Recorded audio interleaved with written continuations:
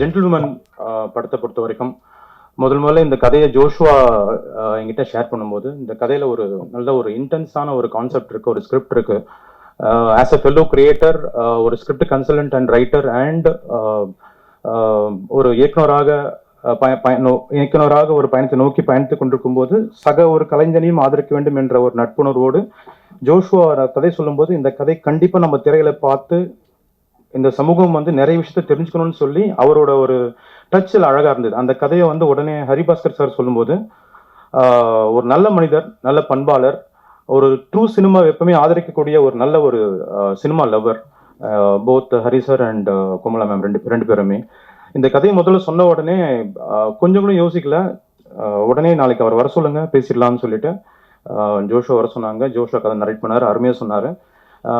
வந்திருந்த பெண்ணியம் பேசக்கூடிய பல படங்கள் நம்ம பார்த்துருப்போம். அந்த படங்கள்ல ஒரு ஸ்ட்ரக்சர் இருக்கும், ஒரு யூனிக்கான ஸ்ட்ரக்சர் இல்லாம ஒரு டிபிக்கல் ஃபார்முலா இருக்கும். பட் அந்த ஃபார்முலாலாம் உடைச்சு எரிஞ்சிட்டு இதை வந்து ஒரு ஆஸ்தட்டிக்கலி எந்த அளவுக்கு எல்லா கிராஃப்டையும் ஹேண்டில் பண்ணி எல்லாத்தையும் அழகா கொடுக்க முடியும் அப்படின்றத வந்து ஜோஷுவா ஒர்க் பண்ணும்போது நிறைய பார்த்துருக்கேன். ஆக்சுவலா on the set as well as after the work, it was really amazing to watch him working and making the film. So I thank him for giving us a beautiful film and a wonderful film, and it's going forward, he's going to give excellent movies going further. And then இந்த படத்தை தயாரிக்கிறதுக்கு உடனே ஒத்துக்கிட்ட ஹரிபாஸ்கர் அண்ணனுக்கும் குமலம் அண்ணனுக்கும் ரொம்ப ரொம்ப நன்றி என்றைக்குமே. ஸோ இதில் இந்த படத்தில் நிறைய எல்லா படத்துலையும் நம்ம ஃபேஸ் பண்ணுற மாதிரி நிறைய பிரச்சனைகள், வலி எல்லாமே இருந்திருக்கலாம். அதை தாண்டி எல்லாம் வந்திருப்போம் நம்ம இண்டஸ்ட்ரியில் இருக்கவங்களுக்கு. ஸோ அப்படி என்ன இருந்துச்சுன்னா ஐம் சாரி ஃபார் தட். என்னால் நடந்துச்சுன்னா I'm sorry for that. So அதுக்கப்புறம் வந்தோம்னா இதில் நடிச்சிருக்க முதன்மையான கதாபாத்திரங்கள் Lijo ma'am, Losliya and Harikrishnan brother. Congrats ma'am, Lijo ma'am. இந்த வருஷம் ஐ திங்க் உங்களுக்கு வந்து இது 4th ஃபிலிம், ஐ கெஸ். இந்த 2025 4th ஃபிலிம் அண்ட் இன்னொரு 3 படம் ரிலீஸ் ஆக போகுது. ஸோ 2025 உங்களுக்கு 7 படம் ரிலீஸ் ஆக போகுது. And my best wishes. So she's a wonderful performer. ஸ்பாட்லையும் பார்த்துருக்கோம், ப்ளஸ் ஆன் ஸ்க்ரீன்லையும் பார்த்தோம். எக்ஸலண்ட். அண்ட் நம்ம ஜெய்பீம்ல பார்த்துருக்கோம். அந்த பெர்ஃபார்மன்ஸை பார்த்து வேந்தவங்களுக்கு கண்டிப்பாக வந்து ஜென்டில்மேன் வந்து ஒரு கம்ப்ளீட்லி யூனிக்கான ஒரு சட்டிலான ஒரு ஸ்டார்டிங் கொடுத்ததுக்கு அப்புறம் அவங்களோட டிரான்ஸ்ஃபர்மேஷன் பார்க்கும்போது அமேசிங்காக இருக்கும். அதுக்கப்புறம் last day ma'am, I never seen a performance like this earlier. She proved that when she get a good character arc, and the character on the ப்ராப்பரான கேரக்டர் ரைட்டிங் இருந்துச்சுன்னா அதில் வந்து she can do an amazing job அப்படின்றத நான் பார்த்தேன். Especially கிளைமேக்ஸில் and the face off between the character like Poorni லிஜோவன் பண்ணியிருக்காங்க, ஆனா கேரக்டர் லாஸ்ட் இயர் பண்ணியிருக்காங்க. அவங்க 2 பேரோட ஃபேஸ் ஆஃப்ல வந்து மீன்ஸ் மீட்டிங் இருக்கும்போது எக்ஸலண்ட் டைலாக்ஸ்.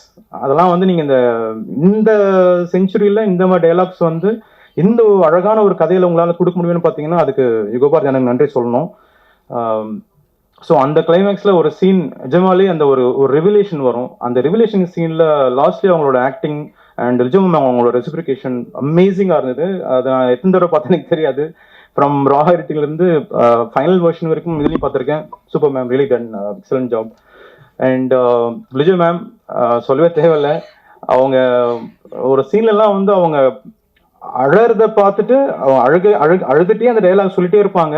அது நிஜமாலே வந்து அதை எடிட்கட்லேயும் பார்க்கும்போது அமேசிங்காக இருந்தது. ஆக்சுவலாக excellent. Thank you for giving us wonderful performance. அதுக்கப்புறம்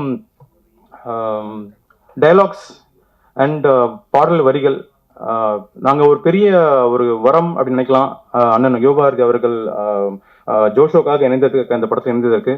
அவர் ஒரு படத்தில் சந்தானம் சொல்லுவார் இல்லையா, நீங்கள் கேட்குற ஒவ்வொரு கேள்வியும் செருப்பல் அடிச்ச மாதிரி இருந்ததுன்னு சொல்லிட்டு. இல்லை, செருப்பல் அடிக்கல, செருப்பல் தான் அடிச்சிருக்காங்க, அடிச்ச மாதிரி இல்லைன்னு. அந்த மாதிரி இயேசுநாதரை சிலுவில் அறையும் போது, ஆணியை வச்சு அறையும் போது அந்த வலி எப்படி இருக்கும்னு சொல்லிட்டு யாருமே தெரிஞ்சிருக்காரு.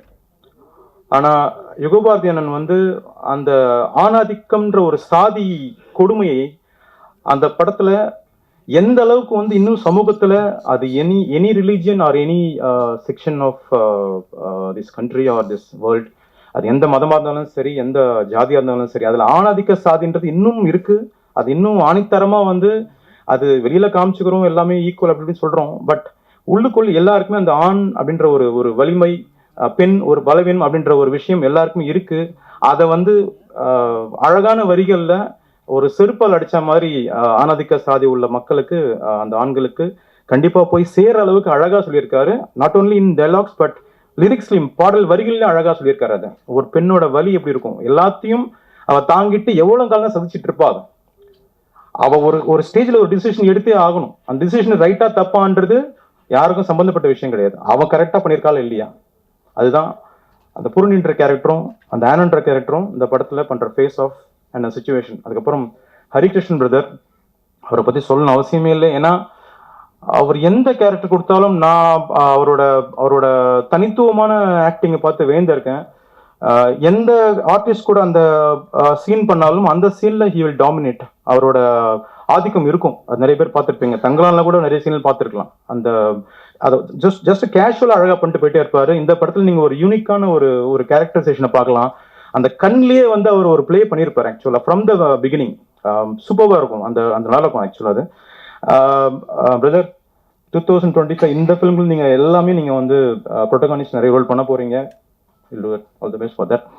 அண்ட் இன்னும் மற்றும் இந்த திரைப்படத்திற்காக உழைத்த அனைத்து கலைஞர்களுக்கும், நேரடியாகவும் மறைமுகமாகவும் ஒத்துழைத்த அனைத்து கலைஞர்களுக்கும், அண்ட் இந்த படத்தை விநியோகம் செய்ய முன் வந்த திரு ஹரி உத்ரா அவர்களுக்கும் மற்றும் பெரியோர்களுக்கும் ஊடகத்தின் நண்பர்களுக்கும் மீண்டும் ஒருவர் நன்றி கூறிக்கொள்கிறேன். இந்த படத்தை வந்து நீங்க தான் மக்களுக்கு சரியான செய்தியோட கொண்டு போய் சேர்க்கணும். இந்த மாதிரி படம் கண்டிப்பா ஜெயிக்கணும். ஜெயிச்சா ஹரிபாஸ்கரன் மாதிரி ஒரு நல்ல ஒரு தயாரிப்பாளர் சினிமா இண்டஸ்ட்ரிக்கு வந்து மேன்மேலும் நல்ல திரைப்படங்கள் கொடுப்பாருன்னு சொல்லிட்டு நன்றி வேண்டி கேட்டுக்கிறேன். நன்றி, வணக்கம். இந்த படம் எப்படின்னா, ஜோஷுவா வந்து இனிமேல் நீங்கள் ஜோஷுவா யாருன்னு நீங்கள் எல்லாம் தெரிஞ்சுப்பீங்க. First congrats. ஜோஷுவா வந்து ரொம்ப நிறைய ஸ்ட்ரகிள்ஸ்க்கு அப்புறம் இந்த படம் இந்த நிலைமைக்கு வந்திருக்கு. கங்க்ராட்ஸ் ஜோஷுவா. அப்புறம் thanks for this opportunity Hari sir.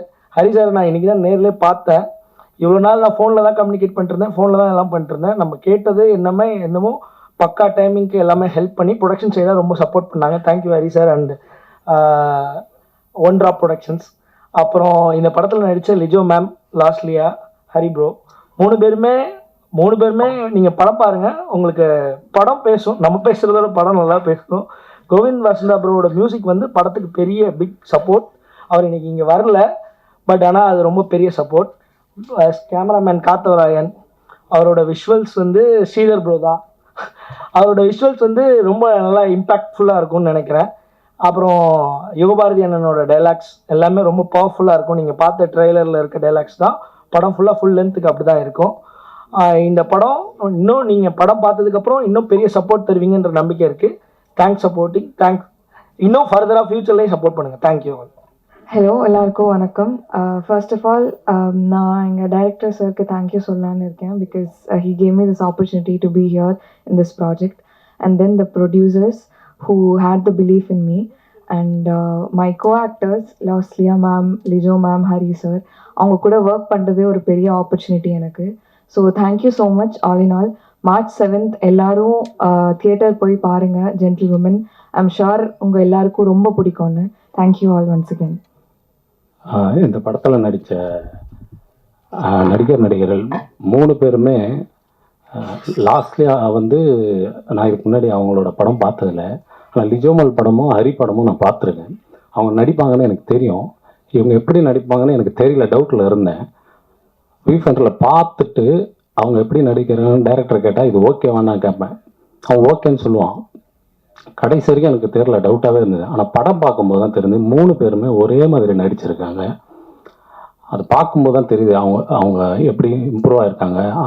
அவன் சொல்லிக் கொடுக்கும்போது எனக்கு தெரியல, அது படத்தில் பார்க்கும்போது தான் தெரியுது. அதனால் 3 பேருக்கும் வாழ்த்துக்கள், நன்றி. ப்ளஸ் வந்து எனக்கு பிடிச்ச 3 டைரக்டர் இங்கே கெஸ்ட்டாக வந்திருக்காங்க. திரு ஞானவேல் சார், ராஜமுருகன் அண்ணன், லெனின் பாரதி சார், 3 பேருக்கு நன்றி. அதுக்கப்புறம் வந்து இந்த படத்தோட இசையமைப்பாளர், எனக்கு 96 படம் பார்த்ததுலேருந்து இந்த இவரோட மியூசிக் ரொம்ப பிடிக்கும். அதுக்கப்புறம் இவரோட ஒர்க் பண்ணணும்னு பார்த்துட்டு இருந்தால் சான்ஸ் கிடைக்கல. இந்த படம் கிடைச்ச உடனே அதே போல் இருக்கும்னு நினச்ச மியூசிக், ஆனால் அதை விட நல்லா போட்டுருந்தார் மியூசிக். அப்புறம் வந்து நம்ம அண்ணன், உதவி இயக்குனர்கள் எல்லாருக்குமே அண்ணன், எனக்கும் அண்ணன் யுகபாரதி அண்ணன். அவரை பார்க்க போகும்போதெல்லாம் ஆஃபீஸில் அன்பாக கூப்பிடுவார், வா தம்பி அப்படின்ட்டு. என்ன இல்லை, எல்லாருமே எந்த டவுட்டும் கேட்கலாம் அவர்கிட்ட, எல்லாத்துக்கும் விளக்கம் கொடுப்பாரு. நன்றி அண்ணா. நீங்கள் வந்து டயலாக்கும் ப்ளஸ் சாங்கும் இந்த படத்தில் எழுதுனதுக்கு. அப்புறம் வந்து நம்ம டைரக்டர், இவன் அசிஸ்டன்ட் டைரக்டராக வேலை செய்யும்போது டைரக்டர் மாதிரி வேலை செய்வான். இப்போ டைரக்டராக வேலை செய்யும்போது சாவடிக்க போகிறான்னு நினச்சேன். ஆனால் எந்த டிஸ்டர்பும் பண்ணல. அசிஸ்டண்டாக இருக்கும்போது பண்ணுவான், கேமராமேனை டார்ச்சர் பண்ணுவான், எல்லாருமே டார்ச்சர் கொடுப்பான் ப்ரொடக்ஷனில் எல்லாம்.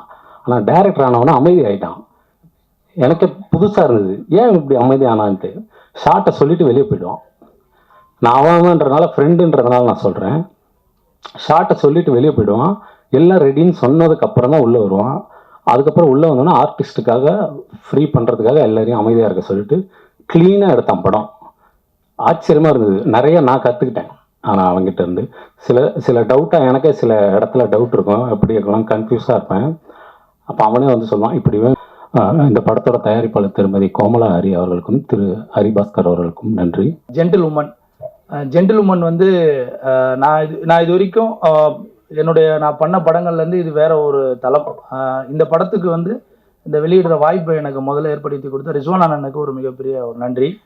ரெண்டாவது Hari sir and Komala madam, அப்புறம் நேதாஜி சார். ஸோ இவங்க வந்து என்னென்னா, இன்றைக்கி வந்து படங்கள் இந்த மாதிரியான ஒரு படங்களை வந்து கொண்டு போய் சேர்க்கும் போது அதுக்கு எவ்வளோ பெரிய ஒரு ஸ்ட்ரகிள் இருக்கும். அதை வந்து கரெக்டான ஒரு டிஸ்ட்ரிபியூட்டர்கிட்ட கொடுக்கணும் அப்படின்றதுல வந்து ரொம்ப சூஸ் பண்ணி அவங்க வந்து நீங்கள் பண்ணலாம் அப்படின்னு சொல்லி எனக்கு ஒரு வாய்ப்பு கொடுத்துருக்காங்க. ஸோ அதுக்கு வந்து ஜோஷ்வா, ஏன்னா ஜோஷ்வா வந்து அவ்வளோ சாதாரணமாக ஒரு கேமராமேன் சார் சொல்ல மாதிரி தான். அவர்கிட்ட வந்து ஒரு விஷயத்த பேசி அவ்வளோ ஈஸியாக அப்ரூவல் எடுக்க முடியாது. ரொம்ப பர்ஃபெக்டாக ஒரு விஷயத்த கேதர் பண்ணுவார். அந்த மாதிரி ரிலீஸ்க்கும் இந்த படத்துக்காக நிறைய ஒரு ஐடியாஸ் கொடுத்து நிறைய ஒர்க் பண்ணி வச்சுருக்கோம் நானும் அவரும் சேர்ந்து. ஸோ மார்ச் 7 இந்த படம் வந்து திரையரங்கில் வருது. ஸோ உமன்ஸ் டே அப்போ வந்து பெண்களுக்கான ஒரு படமாக வந்து நிச்சயமாக இந்த ஜென்டில் உமன் இருக்கும். இன்னும் இந்த படத்தை பற்றின நிறைய விஷயங்களை வந்து டீம் எல்லாருமே சொல்லுவாங்க. ஸோ உங்களுடைய முழு ஆதரவையும், படம் வந்து மார்ச் 7 முன்னாடி ப்ரெஷ் ஷோ கண்டிப்பாக பண்ணும்போது மக்கள்கிட்ட கொண்டு போய் சேர்றதுக்கு உங்களுடைய கருத்துக்கள் ரொம்ப அவசியம். ஸோ ரொம்ப நன்றி, இந்த படத்தை சப்போர்ட் பண்ணுங்கள். தேங்க்யூ. ரொம்ப நாளாக ஒரு சில பேரை நம்ம லைஃப்பில் சந்திக்கணும்னு நினைக்கிற 3 மனிதர்களை ஒரே மேடையில் பார்க்குறதுல ரொம்ப பெருமைப்படுறேன். Sir Lenin Bharathi sir, Rajamurugan sir.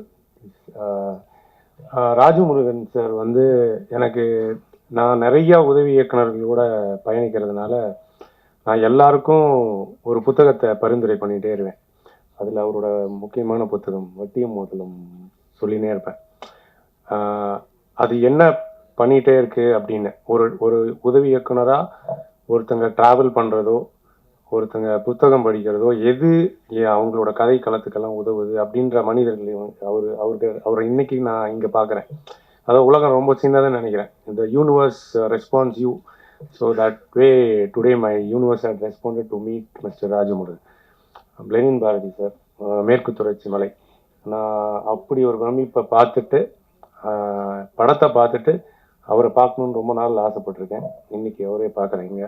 அங்கே 3 பேரையும் பார்த்து, ஜெய்பீம் சார் உங்களுக்கும் என்னுடைய வணக்கம். முதல்ல அதாவது இங்கிலீஷில் ஒரு வேர்டு இருக்குது, the enemy of art is enemy of art is absence of லிமிட்டேஷன்பாங்க. அதாவது நம்மளுக்கு எல்லாமே கிடைச்சி அதை சாத்தியமாக்குறதுங்கிறது ரொம்ப ஈஸி. சிலது நம்மளுக்கு கிடைக்காத பட்சத்தில் அதை சாத்தியமாக்குறது எவ்வளோ பெரிய சவால் அப்படிங்கிறதுக்கான படம் தான் ஜென்டில் உமனாக பார்க்குறேன். இதற்கான முதல் படி, எனக்கு இந்த படத்திற்கான ஆப்பர்ச்சுனிட்டி வந்ததுக்கான முதல் காரணம், இந்த படத்தோட ஒளிப்பதிவாளர் திரு ஸ்ரீதரன். எனக்கு தெரிஞ்ச ஸ்ரீதர் இங்கே காத்தவராயன், அவர் வழியாக தான் எனக்கு ஜோஷ்வா பழக்கம். ஒரு சத்தியமான உண்மை, ஜோஷ்வா வந்து எனக்கு பெரிய ஆச்சரியம். நிறைய உதவி இயக்குநர்கள் கதையெல்லாம் நிறைய பேர் பேசியிருக்காங்க, கதை சொல்லியிருக்காங்க. ஆனால் அதை சாத்தியமாக்குறதுன்னு ஒன்று இருக்குல்ல, எனக்கு கிடைக்கிறத வச்சு நான் அதை எப்படி சாத்தியமாக்குறேன் அப்படின்னு, அதை எனக்கு சொல்லி கொடுத்த ஒரு உதவி இயக்குனராக நான் பார்த்து இன்னைக்கு இயக்குனராக இருக்கிற ஜோஷ்வா தான். I am so proud of you Joshua, to be part of this team. ஏன்னா நான் சில இடத்துல ஒர்க் பண்ணியிருக்கேன், நிறையா பெரிய ஸ்கேல் ப்ராஜெக்ட்ஸு, பெரிய பட்ஜெட்ஸு எல்லாம் ஒர்க் பண்ணியிருக்கேன். எனக்கு இந்த படத்துக்கான சவால் என்ன பார்த்தேன் அப்படின்னா, ஒரு ஒரு பர்டிகுலர் லிமிடேஷனுக்குள்ளே தான் நான் ஒர்க் பண்ணேன். அது ஆனால் அந்த லிமிடேஷனுக்குள்ளார எனக்கு அது சாத்தியமா அப்படிங்கிற ஒரு பயத்தோட தான் இந்த ப்ராஜெக்ட்குள்ளே வந்தேன் நான். ஆனால் முடிக்கும்போது ஆல்மோஸ்ட் இந்த சினிமா இண்டஸ்ட்ரிக்கு வந்து 20 இயர்ஸ், அந்த 20 இயர்ஸில் என்ன நான் பேட் பண்ணிக்கணுங்கிற படமாக நான் பார்க்குறது ஜென்டில் வுமனை தான் பார்ப்பேன். அதாவது என்ன தட்டி கொடுத்துக்கணும் அப்படின்னு நினைப்பேன்ல, இது இப்படி ஒரு விஷயத்துக்குள்ளார என்னால் இதை சாத்தியமாக்க முடியும் அப்படின்னு, அப்படி ஒரு சாத்தியத்தை எனக்கே கற்றுக் கொடுத்த ஜோஷுவா தான் இங்கே. அதாவது ஒரு ஒரு படம் 19 நாளில் ஒரு படத்தை முடிக்க முடியுமா அப்படின்னு. அதாவது அதான் சொன்னேன், ஃபர்ஸ்ட் சொன்னது தான், enemy of art is that absence of limitations. உங்களுக்கு எல்லாத்தையும் கொடுத்து இதை சாத்தியமாக்கு அப்படிங்கிறத தாண்டி சிலது உங்களோட லிமிடேஷனுக்குள்ளே இதை சாத்தியமாக்க முடியும் அப்படின்னா அது என்னங்கிறத நான் அவர்கிட்ட தான் கற்றுக்கிட்டேன். ஏன்னா நான் சினிமாவில் ஒரு விஷயம் பார்த்துட்டே இருக்கேன், சில பேருக்கு எல்லாமே கிடைக்கும், அந்த ரிசோர்ஸ், அதாவது யாருமே எதிர்பார்க்காத ரிசோர்ஸ் எல்லாம் ஒருத்தருக்கு கிடைக்கும். ஆனால் அதை சரியாக பயன்படுத்துகிறாங்களா அப்படின்னு ஒரு கேள்வி இருக்குல்ல, அதில் நிறைய பேர் தோத்துருவாங்க. அப்படி ஒருத்தனுக்கு கிடைக்கும்ல, ஒருத்தன் போராடுறான், அந்த போராட்டத்தில் வந்து தனக்கு ஒன்று கிடைக்கும் போது நான் இதுதான் எனக்கு லைஃப், இதுதான் ஆப்பர்ச்சுனிட்டி அப்படின்னு ஒருத்தன் நிற்கிறான் பாருங்க, அந்த இடத்துல அவன் அந்த ஃபோர்ஸோட ஒர்க் பண்ணுறான்ல, அப்படி நான் பார்த்த ப்ராஜெக்ட் தான் இது. அதாவது ஒரு நாளும் அந்த 19 நாள் நான் எப்படி நினச்சிட்டே இருப்பேன் அப்படின்னா, இந்த 19 நாள் இது சாத்தியமா அப்படின்னு ஒரு சேலஞ்ச் இருக்குல்ல, அந்த 19 நாளில் சாத்தியமாக்கணும். And the whole credit goes for the entire team, everyone, cinematographer, editor, everyone. And இதுக்கெல்லாம் பக்கபலமாக நின்ன producers Komala ma'am, Haribhaskar sir, everyone. I am so thankful and definitely I will say I am so proud to be associated with this project. இந்த படத்தில் அதாவது நம்ம லைஃப்பில் நிறைய பண்ணியிருப்போம், பட் ஒரு சிலது மட்டும்தான் உங்களோட ஹார்ட் அண்ட் சோலாக உங்களை டச் பண்ணியிருக்கோம். அப்படி டச் பண்ண சில விஷயங்கள் இந்த ப்ராஜெக்ட்ஸ். எனக்கு இதுக்கு முன்னாடி அனுபவம் என்னன்னா, இதுக்கு முன்னாடி இந்த படம் பண்ணுறதுக்கு முன்னாடி ஒரு படம் பண்ணிட்டு வரேன். அந்த படம் முடிக்கும் போது எனக்கு எப்படி இருந்துச்சுன்னா, ஒரு அவ்வளோ பெரிய கோவம் வந்துச்சு. ஏன்னா நிறைய உதவி இயக்குனர்கள் கதையை கூட வந்து அவங்க ஸ்கிரிப்ட்ஸ் எல்லாம் வந்து சார் சொல்லுவாங்க படிக்கணும். அது படிக்கும்போது நான் நினைப்பேன், இந்த ஸ்கிரிப்ட்லாம் படமாக வந்தால் எப்படி இருக்கும் அப்படின்னு நினைப்பேன். ஆனால் வருத்தமும் இருந்துச்சு, இவங்களுக்கான சரியான ப்ரொடியூசர்ஸ் கிடைக்கல, இவங்களுக்கான ஆப்பர்ச்சுனிட்டிஸ் கிடைக்கல. ஒரு சில ப்ராஜெக்ட் நான் ஒர்க் பண்ண ப்ராஜெக்டில் அந்த மாதிரி சில வேஸ்டேஜஸ் எல்லாம் நான் பார்க்கும்போது எனக்கு ஒரு பெரிய கோவம் இருந்துச்சு. சரி, ஒருத்தருக்கு இங்கே கிடைக்குது, இன்னொருத்தருக்கு இங்கே கிடைக்கல, ஆனால் கிடைக்காதப்போ அவங்களோட வழி என்னவா இருக்கு. Definitely I would love to work with any new director with இந்த மாதிரி ஜோஷுவா மாதிரி நான் ஃபைட் பண்ணி ஒன்று பண்ணுறேன் அப்படின்னு நிற்கிற எந்த இயக்குனராக இருந்தாலும் the doors for them with Amaran will always be open because he strived for it. அவரு அந்த டிட்டர்மினேஷன் ஜோஷுவா கிட்ட பார்த்தேன். And he is so dedicated and definitely இவர் மாதிரி நியூ ஜென்ரேஷன் டிரெக்டர்ஸ்க்கு கண்டிப்பாக ப்ரொடியூசர்ஸ் லைக் ஹரிபாஸ்கர் சார் மாதிரி சில ப்ரொடியூசர்ஸ் கண்டிப்பாக ஒரு பெரிய சப்போர்ட் சிஸ்டம் இருந்தால் இந்த சினிமா இன்னொரு தளத்துக்கு போகும் நான் நம்புகிறேன். கண்டிப்பாக உங்களோட வாழ்த்துக்களோட இந்த படம் பெரிய வெற்றி அடையும் கண்டிப்பாக நம்புகிறேன், அடித்து ப்ராமிஸ் பண்ணுவேன். Definitely this will go places. And இதில் திரு யுகபாரதி சார், அவரையும் நான் ரொம்ப வருஷமாக பார்க்கணுன்னு ஆசைப்பட்டால், பட் இதில் தான் அவர் கூட பயணித்தேன். அவரோட தாட் ப்ராசஸ், அவரோட வே ஆஃப் திங்கிங், அதெல்லாம் இங்கே டயலாக்ஸ் ஆகும், லிரிக்ஸ் ஆகும், அவ்வளோ என்ன சொல்லுவாங்க, ஒரு மாதிரி பியூரிட்டி இன் கன்வேயிங், அந்த கன்விக்ஷனோட கன்வே பண்ணுற அது கண்டிப்பாக யுகபாரதி சார் அவங்க பண்ணியிருக்காங்க. எல்லாருக்கும் என்னுடைய வாழ்த்துக்கள் and thanks once again. Thank you all. உள்ளவர்கள் அனைவருக்கும் வணக்கம். நேற்று நைட்டு தான் யுகபாரதி ஐயா வந்து இந்த ட்ரெய்லரை அனுப்பிட்டு அப்புறம் இந்த நிகழ்வுக்கு வரணும்னு சொன்னார். நேற்று நைட்டு சின்ன ஃபோனில் பார்க்கும்போதே ரொம்ப அவ்வளோ குவாலிட்டியாக இருந்துச்சு அந்த ஒர்க்கு. அதுக்கு பின்னால் உள்ள திட்டமிடல் தெரிஞ்சுது. அப்புறம் இங்கே வந்ததுக்கப்புறம் வந்து வெளியில் நின்று பேசிகிட்டு இருக்கும்போது சொன்னாங்க ஒரு 19 நாளில் இந்த படத்தை எடுத்து முடிச்சாங்கன்னு சொல்லிட்டு. நிறைய படங்கள் இந்த மாதிரி குறைவான நாட்களில் எடுப்பாங்க. ஆனால் அதோட போதாமைகள் தெரியும் அதில் நிறைய.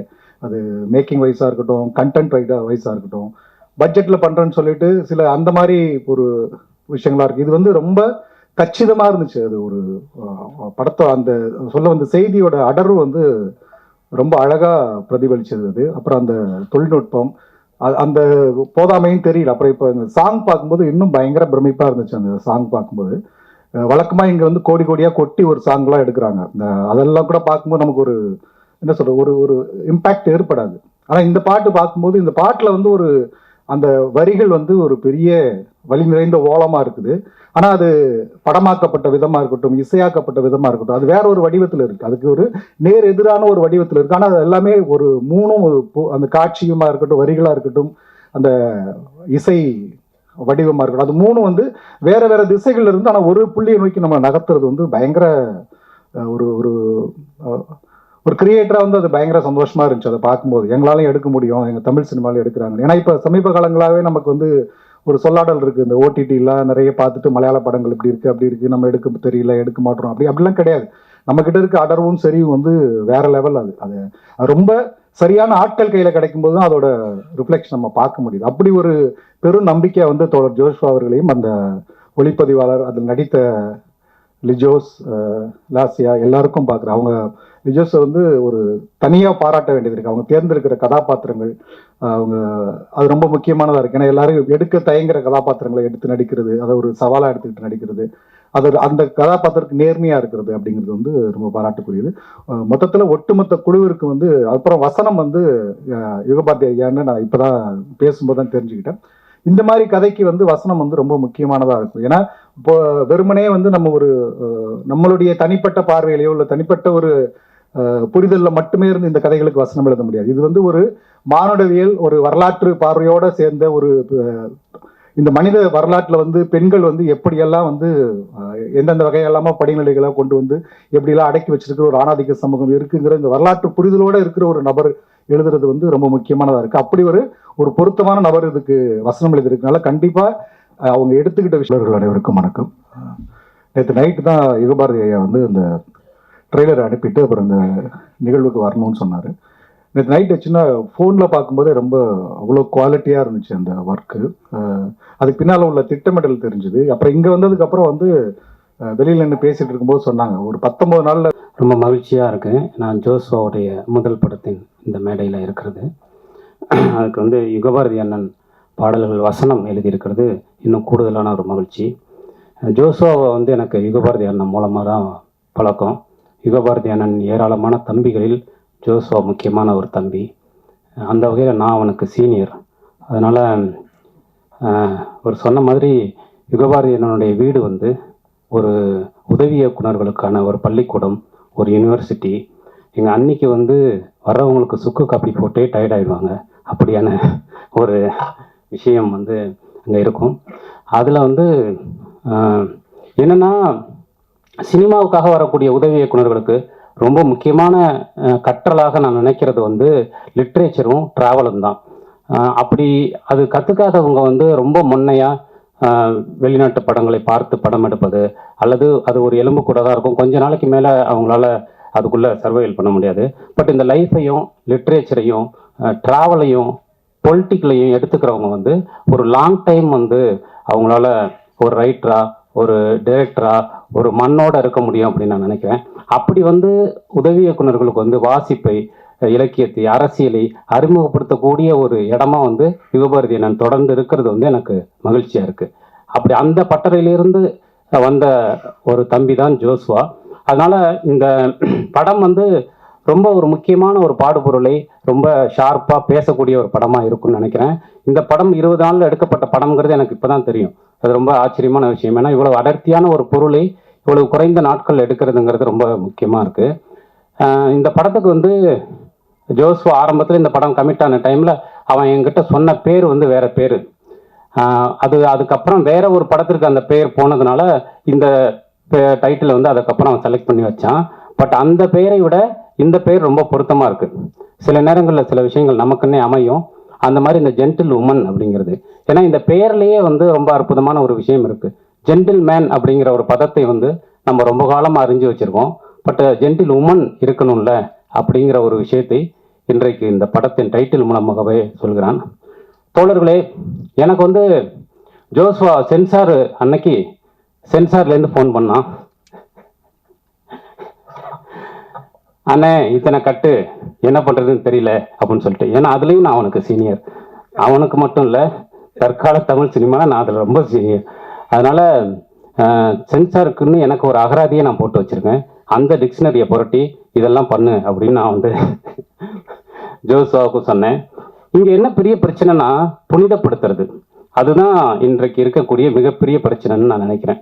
அதாவது இருக்கிறதுலேயே ரொம்ப டேஞ்சரான ஆட்கள் யார் தெரியுங்களா? நான் உன்னை சமமாக நடத்துனேன் அப்படின்னு சொல்கிறான் பார்த்தீங்களா, அவன் தான் ரொம்ப டேஞ்சரான ஆள். என் பொண்டாட்டி நான் சமமாக தானே நடத்துனேன் அப்படின்னு சொல்கிறவன், நான் சாதியே பார்க்குறது இல்லைங்க அப்படின்னு சொல்கிறவன், நான் எங்கள் வீட்டில் எல்லாரையும் அலோவ் பண்ணுவேனே அப்படின்னு சொல்கிறவன், அவன் தான் ரொம்ப டேஞ்சரான ஆள். நீ யாரா அதை பண்ணுறதுக்கு அப்படிங்கிறதான் கேள்வி. அப்படி இன்றைக்கு இந்த சமூகத்தோட கான்டெம்பரரியான இவங்க சமகாலத்தில் இருக்கக்கூடிய இந்திய சமூகத்தின் மிக முக்கியமான பிரச்சனையை நான் பார்க்கறது புனிதப்படுத்துறது. நம்ம விஞ்ஞானத்தில், அறிவியலில், வளர்ச்சியில், டிஜிட்டல் மயமாக்கப்பட்ட குளோபலைசேஷனுக்கு பிறகான இந்த உலகத்தில் எவ்வளவோ கடந்து வந்துட்டோம். ஆனால் தனி மனித உணர்வுகளில், அரசியல் உணர்வுகளில் நாம் ரொம்ப தேங்கி போயிட்டோம். அக்னி பிரவேசத்து ஜெயகாந்தன் என்னைக்கோ எழுதிட்டாரு, அம்மா வந்தால வந்து ஜெயகாந்தன் என்னைக்கோ எழுதிட்டாரு, பூட்டாத பூட்டுக்களை மகேந்திரன் என்னைக்கோ எடுத்துட்டாரு, அவள் அப்படித்தானே வந்து ருத்ரையா என்னைக்கோ எடுத்துட்டாரு. அதுலேருந்து நம்ம அடுத்த படிக்கு வரவே இல்லை. இன்னும் சொல்லப்போனால் அதுக்கு பின்னாடி தான் போயிட்டே இருக்கும். இன்னைக்கு வந்து நாம் வந்து சாதாரணமாக ஒரு பெண் குறித்தான ஒரு வசனத்தை சாதாரணமாக வைக்க முடியல. அது யாரெல்லாம் வந்து கலாச்சார பண்பாட்டு காவலர்கள்னு தங்களை பிரகடனப்படுத்திக்கிறாங்களோ அவங்க எல்லாருமே இந்த புனிதப்படுத்தலின் பிரதியாக இருந்து உள்ளுக்குள்ள மிகப்பெரிய அழுக்கை வைத்திருப்பவர்கள். அவங்க தான் இன்றைக்கு இந்திய சமூகத்தின் மிகப்பெரிய எதிரிகள்.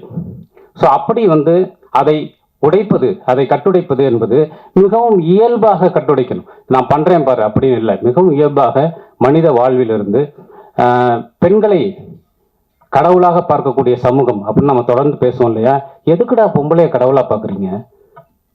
பொம்பளைய மனுஷியா பாருங்கடா, எதுக்கு வந்து கடவுளாக பார்க்குறீங்க அப்படிங்கிறது ரொம்ப முக்கியமான விஷயம். பெண்களை கடவுளாக பார்க்கிற ஒரு சமூகம் தான் மிகவும் ஆபத்தான ஒரு சமூகம் அப்படின்னு நான் நினைக்கிறேன். ஸோ அப்படி இல்லாமல் பெண்களை சக மனுஷியாக ரத்தமும் சதையுமாக பார்ப்பது, அவர்களை சக மனுஷியாக பார்த்து அவர்கள் உணர்வுகள் குறித்து உரையாடுவது, அது பெண்களின் மொழியில் உரையாடுவது, அது ரொம்ப முக்கியமான விஷயம். அதை இந்த படம் செஞ்சிருக்கும்னு நான் நம்புகிறேன். அப்படி செய்திருக்கிற பட்சத்தில் இது வந்து தமிழ் சினிமாவின் மிக முக்கியமான ஒரு படமாகவும், ஜோஸ்வாவுக்கு முதல் படமே மிக முக்கியமான படமாக அமையும். ஏன்னா அதை பேசுறதுக்கு தான் இன்னைக்கு அந்த ஆட்கள் மிகவும் குறைவாக இருக்காங்க. குறிப்பாக இம்மாதிரியான படங்களை பணம் போட்டு வெகுஜன தளத்திற்கு எடுத்து வருவதற்கான ஆட்கள் மிக குறைவாக இருக்காங்க. அப்படின்னு தயாரிப்பாளருக்கு வந்து இந்த நேரத்தில் நான் மிகப்பெரிய ஒரு பாராட்டை வந்து சொல்லிக்கிறேன். இப்படியான ஒரு படத்தை எடுத்து இன்றைக்கு இந்த பொதுத்தளத்தில் கொண்டு வருவது அப்படிங்கிறது. ஸோ இந்த படம் ஜோஸ்வாவிற்கு முதல் படமே ஒரு அற்புதமான படமாகவும் நம் எல்லோருக்குமான மக்களுக்கான ஒரு படமாகவும் இருக்கும் நான் நம்புகிறேன். இந்த படத்தில் நடித்திருக்கக்கூடிய அத்தனை கலைஞர்களுக்கும், அத்தனை தொழில்நுட்ப கலைஞர்களுக்கும், பணியாற்றிய எல்லோருக்கும் என்னுடைய வாழ்த்துக்களும் நன்றியும். நன்றி. எனக்கெல்லாம் என் பட விழாவில் பேசுகிறதே கஷ்டம். இதில் மற்ற பட விழாவில் பேச கூப்பிட்டானாலே என்ன பேசுறது அப்படின்ற ஒரு பெரிய குழப்பத்தோடு தான் வருவோம். அது மைண்டு டக்குன்னு பிளாங்க் ஆயிரும்.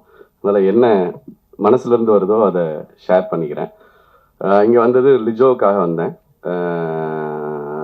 ஏன்னா இப்போவும் லிஜோலாம் சொல்கிறப்போ ஒரு மாதிரி எனக்கு மேடம் ஆயிட்டாங்களா அவங்க அப்படின்ற மாதிரி தான் இருந்தது. சங்கீனியாக தான் இன்னும் என் மைண்டில் எப்பவும் இருப்பாங்க.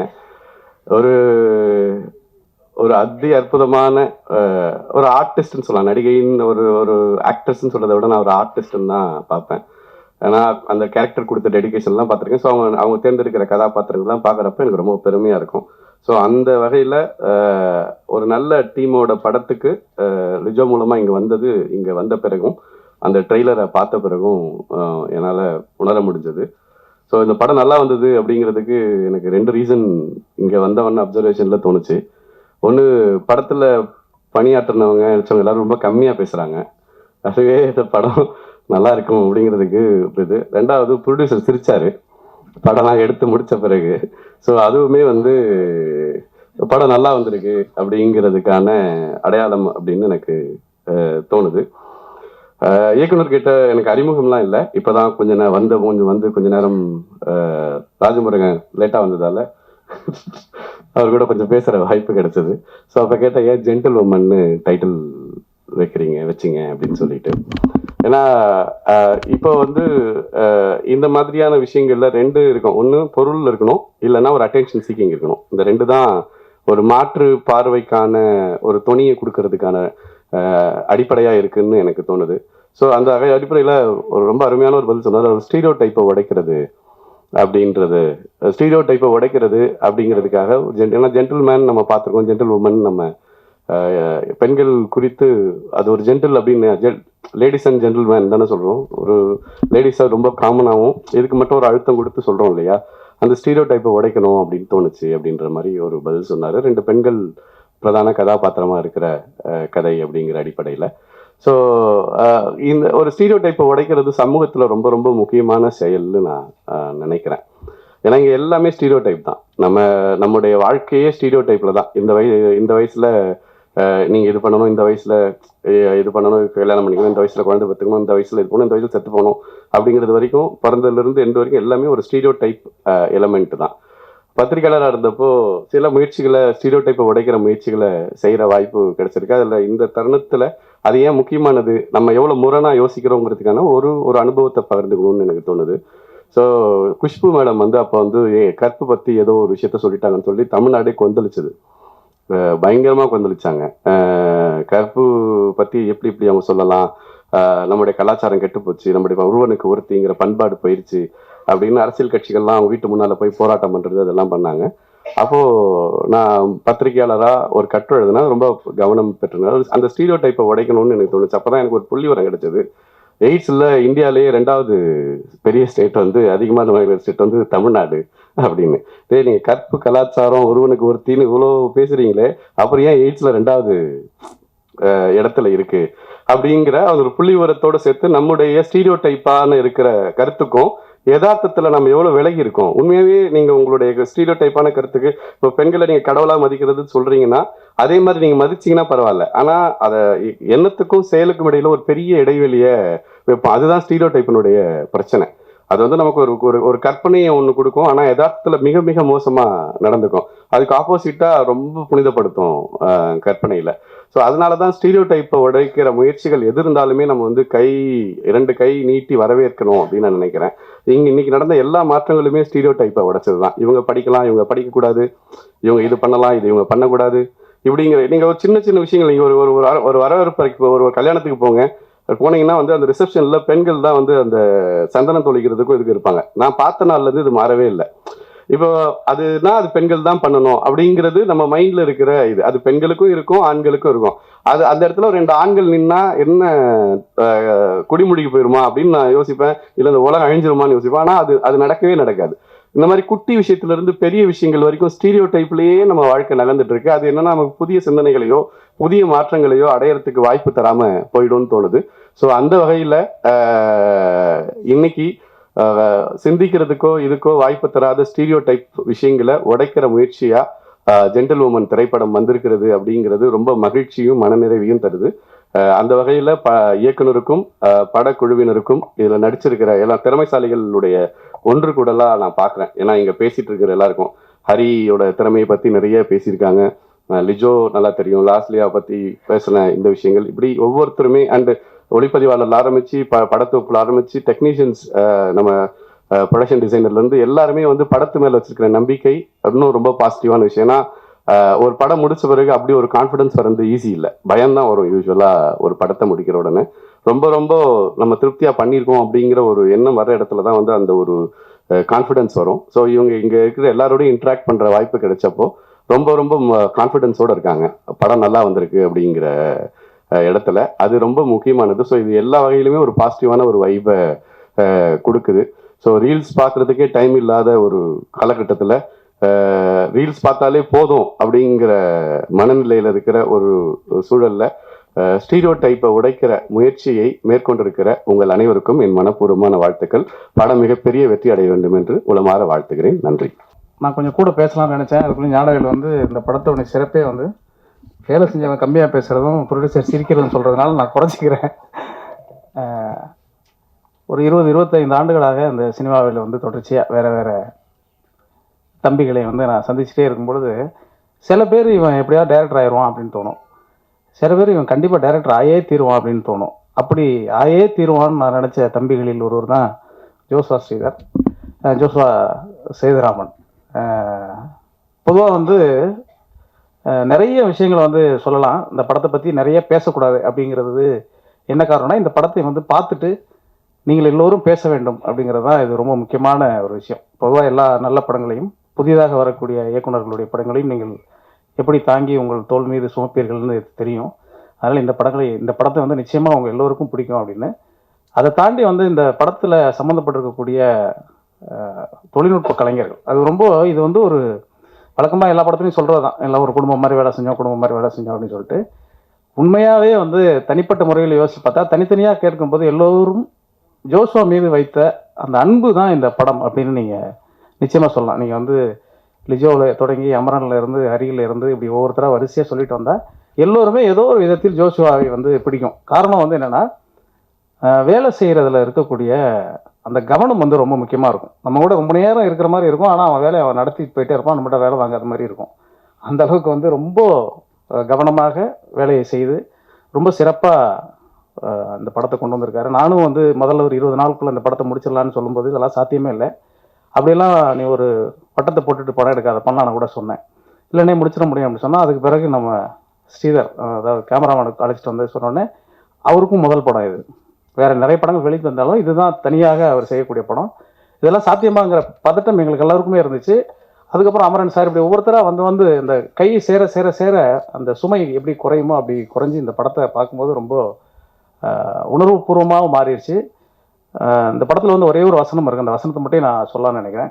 தொட்டி செடியில் இருந்தாலும் பூத்தால் தானே அழகு அப்படின்னு ஒரு வரி இருக்குது.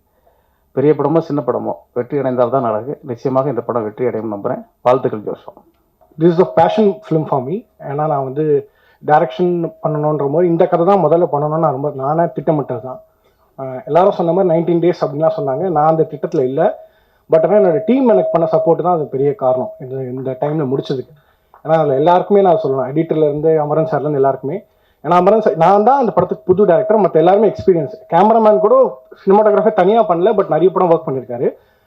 அப்படி இருக்க சூழலில் ஒரு ஃபர்ஸ்ட் ஃபிலிம் டேரக்டராக நான் சொல்கிற விஷயங்களை நாங்கள் முதல்ல நான் சொன்னதெல்லாம் கேட்டுக்கிட்டாங்கன்னு கூட சொல்லலாம். அவங்களுக்கு ரொம்ப கட்டாயம் கூட படுத்திக்கலாம்னு தெரியல. பட் ஆனால் நான் சொன்னதை கேட்டுக்கிட்டாங்க.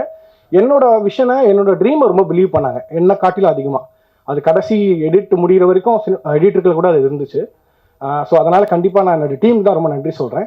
கண்டிப்பாக அந்த படம் பார்த்துட்ட பிறகு நான் உங்கள் எல்லாரோடையும் நான் கண்டிப்பாக அதை பற்றி நான் ஒரு இடம்னு ஆசைப்பட்றேன். குறிப்பாக அண்ணனுக்கு முருகனுக்கு ரொம்ப நன்றி சொல்லணும். ஏன்னா அண்ணனுமே சென்சார் முதல் சென்சாருக்கு போயிட்டு வந்தோடனே எனக்கு அந்த அந்த செட்டப்பே எனக்கு புரியல. நான் அது ஒரு ஐஏஎஸ் ஆஃபீஸர் அந்த மாதிரிலாம் இல்லாமல் எங்கள் வீட்டு பக்கத்து வீட்டில் இருக்கிறவர்கள் மாதிரி பேசிகிட்டு இருந்தேன். வெளியே வந்து அண்ணா இந்த மாதிரிலாம் பண்ணுறாங்கண்ணா அப்படின்னா, தம்பி கோவப்படாது அப்படிலாம் சொல்லி பேசி அந்த படத்துக்கு சென்சார் சர்டிஃபிகேட் ஆனதுக்கு வந்து சென்சார் போர்டு காரணம் இல்லை, முருகன் தான் காரணம். அண்ணன் சொன்ன இதெல்லாம் சொல்லி கேட்டுக்கிட்டு நான் சென்சார் சர்டிஃபிகேட் வாங்கிட்டு வந்திருக்கேன். அப்புறம் வேறு யார், மியூசிக் டைரக்டர் கோவிந்த் வசந்தா பற்றி சொல்லணும். கோவிந்த் வந்து எனக்கு ரொம்ப நெருங்கிய நண்பன். கொஞ்சம் இசை படித்ததுனால என்ன பிரச்சனைனா, நான் அவங்ககிட்ட பேசும்போது இது வேணும் அது வேணும் ரொம்ப நோண்டுவேன். அது எதுக்குமே அவன் மூஞ்சி சொல்லிச்சிக்காம கடைசி வரைக்கும் பண்ணிட்டு எனக்கு சப்போர்ட் பண்ணான். படத்தில் முக்கியமாக கோவிந்தோட இசை பேசப்படும். குறிப்பாக ஒரு 20 நிமிஷம் காட்சி வந்து ஒரு இசையால் மட்டுமே கட்டமைக்கப்பட்டிருக்கும். அது மாதிரி நிறைய விஷயங்கள் வந்து எல்லா டெக்னீஷியன்ஸுமே, சினிமாட்டோகிராஃபராக இருக்கட்டும், அமரன் சாரோட எக்ஸ்பீரியன்ஸ்க்கு நான் நினச்சா ஒரு படம் கமிட் பண்ண உடனே சார் ஒரு 3 நாள் வருவார், செட் பண்ணிட்டு போயிடுவார் அப்படின்னு தான் நினச்சேன். ஆனால் எனக்கு 18 நாளுமே என்னோட கூடவே இருந்தார். அது ரொம்ப பெரிய ஒரு, எனக்கு தெரிஞ்சு இன்னைக்கு நான் பார்க்கும்போது யோசிக்கும் போது எல்லா டைம்லுமே ஒரு இந்த விஷயமே அவர் என் கூட இருந்து சப்போர்ட் பண்ணது பெரிய முக்கியமான காரணம். என்னோட எடிட்டர் இளையராஜா சேகர், ஆக்சுவலாக அவனை நான் வேலை செய்ய விட்டேனான்றது எனக்கே தெரியல. ஏன்னா ஒரு நாளுமே நாங்கள் 2 பேரும் பேசுவோம், ஃபைன் லாக் பண்ணி முடிச்சுட்டு மறுநாள் காலை திருப்பியும் அதே மாதிரி வந்து பிரதர் நேற்று பண்ண திருப்பி பண்ணலாமா அப்படின்னு கேட்பேன். அவருக்கு இந்த படம் ஆரம்பித்து அவனுக்கு குழந்தையே பிறந்துருச்சு. ஹாஸ்பிட்டல் ஒய்ஃபை சேர்த்துட்டு கூட திருப்பி எனக்கு கூட வந்து ஒரு 1 hour நம்ம பண்ணிவிடுவோம், ஐசியூவில் தானே இருக்காங்கன்னு சொல்லி அப்படிலாம் நாங்கள் வந்து ரொம்ப இன்யூம்லாம் நடந்துக்கிட்டேன். அதுக்கு ரொம்ப நன்றி சொல்கிறோம். ஆக்சுவலாக வேறு எந்த எடிட்டர் அதை பண்ணியிருப்பான்னு எனக்கு தெரியல. அந்த அளவுக்கு எனக்கு கூட யூ பிலீவ் திஸ் ஃபிலிம் அப்படின்னு சொன்னோம். எல்லாருமே இந்த படத்தை நம்பினாங்க. என்னோட ஆக்டர்ஸ் பற்றி சொல்ல முக்கியமாக வந்து லிஜோ கிட்ட தான் ஸ்டார்ட் ஆச்சு. அந்த கதை எழுதி முடிச்சுட்டு யுகபாரதி அண்ணன் தான் வந்து லிஜோவை பற்றி ஃபர்ஸ்ட் எங்களை சொன்னார். லிஜோ கிட்ட கேட்டு பாருப்பா அப்படின்னு ஸ்டார்ட் பண்ணார். லிஜோக்கு ஸ்கிரிப்ட் அமைச்சேன், படிச்சுட்டு என்கிட்ட ரொம்ப ஒரு கேள்வி கேட்டாங்க, ரொம்ப சென்சிபிளாக இருந்துச்சு. அந்த கேள்வி தான் பொதுவாக படம் பார்க்குறவங்க எல்லாருக்கும் வரும். அந்த கேள்விக்கான ஆன்சர் நான் லிஜோ கிட்ட சொன்னால் அக்செப்ட் பண்ணாங்க. லிஜோ ஓகே அப்படின்னோன்னா பொதுவாகவே திரைப்படம் பொறுத்து மட்டும் வந்து நடிகர்கள் கிட்ட வச்சு அது தீர்மானிக்கப்படுது, அதோட பட்ஜெட் எல்லாம் அப்படின்னும் போது லிஜோ வந்த உடனே அதோட நான் நினச்சதுக்கான விஷயத்த பண்ணதுக்கு சாத்தியம் இருந்தது. அண்ட் தென் லாஸ்ட்லியா எனக்கு லாங் டைமாக தெரியும். ஸோ நான் இது மாதிரி ஒரு கதை இருக்குது லாஸ்ட்லியா, அது மாதிரி பண்ணலாம் அப்படின்னு நீங்கள் பண்ணுறீங்களா கூட இல்லை பண்ணலாம் வாங்கன்னு கூப்பிட்டேன். அவங்களும் சரி ஓகே ஏதோ ஒரு என்ன மைண்ட் செட் எல்லாம் தெரியல வந்துட்டாங்க. வந்து முடிச்சு ஷூட்டை முடிச்சிட்டோம்.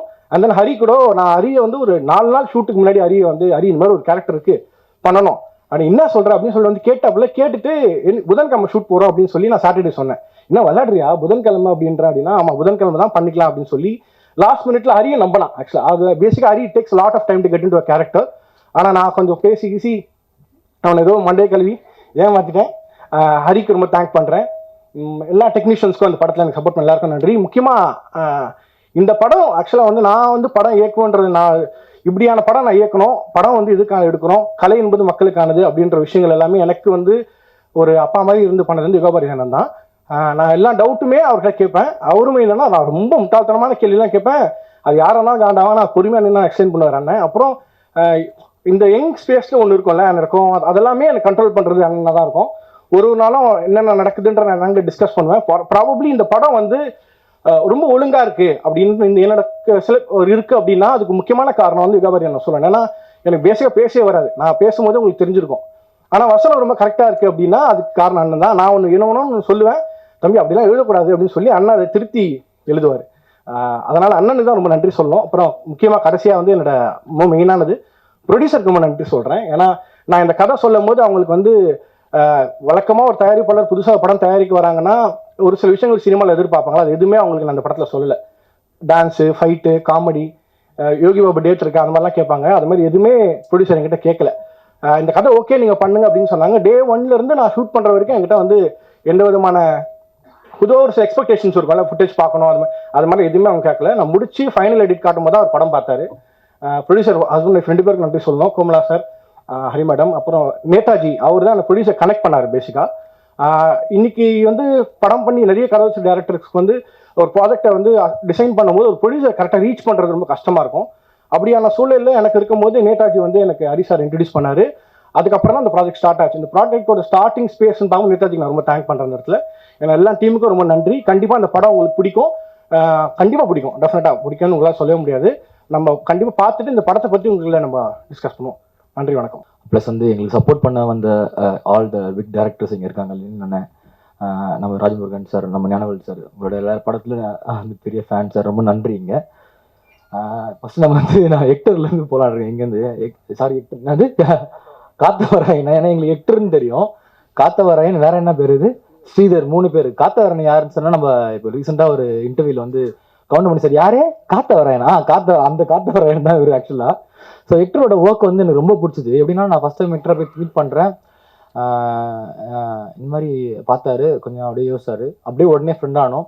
அவரோட லைட்டிங் வச்சு அவரோட ஸ்பீடு இருக்குல்ல, அந்த ஸ்பீடு இந்த படத்துக்கு ரொம்ப முக்கியமான ஒரு இதாக இருந்தது. இந்த சீக்வன்ஸ் பண்ணிட்டே இருக்கும்போது அவங்க டீமை வச்சு அடுத்த சீக்வன்ஸ் செட் பண்ணிவிடுவார். ஸோ அது இன்ட்ரெஸ்டாக இருந்தது.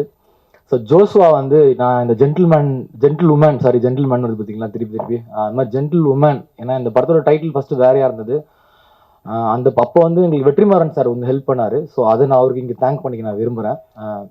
ஜோஷ்வா ஜென்டில் உமன் வந்து எனக்கு சொல்லும் போது இப்படி தான் ஷூட்டிங்கு ஒரு 3 நாள் முன்னாடி கூப்பிட்டு மாதிரி ஒரு கேரக்டர் இருக்குது பண்ணுறீங்களா. நான் சொன்னேன் பயமாக இருக்குது ஃபஸ்ட்டு எனக்கு இந்த கேரக்டர் பண்ணுறது, இது எப்படி நீ யோசிக்கிறீங்க அப்படின்னா. அவர்கிட்ட வேறு எதுனா சும்மா கதை இருக்கான்னு கேட்டாலே அவர் சொல்கிற கதையை வந்து அது நம்ம எப்படி கேட்குறதுன்னு தெரியாது. கொஞ்சம் பயமாக ரீவல் டெட் படம் பார்த்தா ஒரு மூட் இருக்கும், இல்லை பேய் படமா இல்லை இது ரத்த பெட் அந்த மாதிரி படமாக இருக்கும்.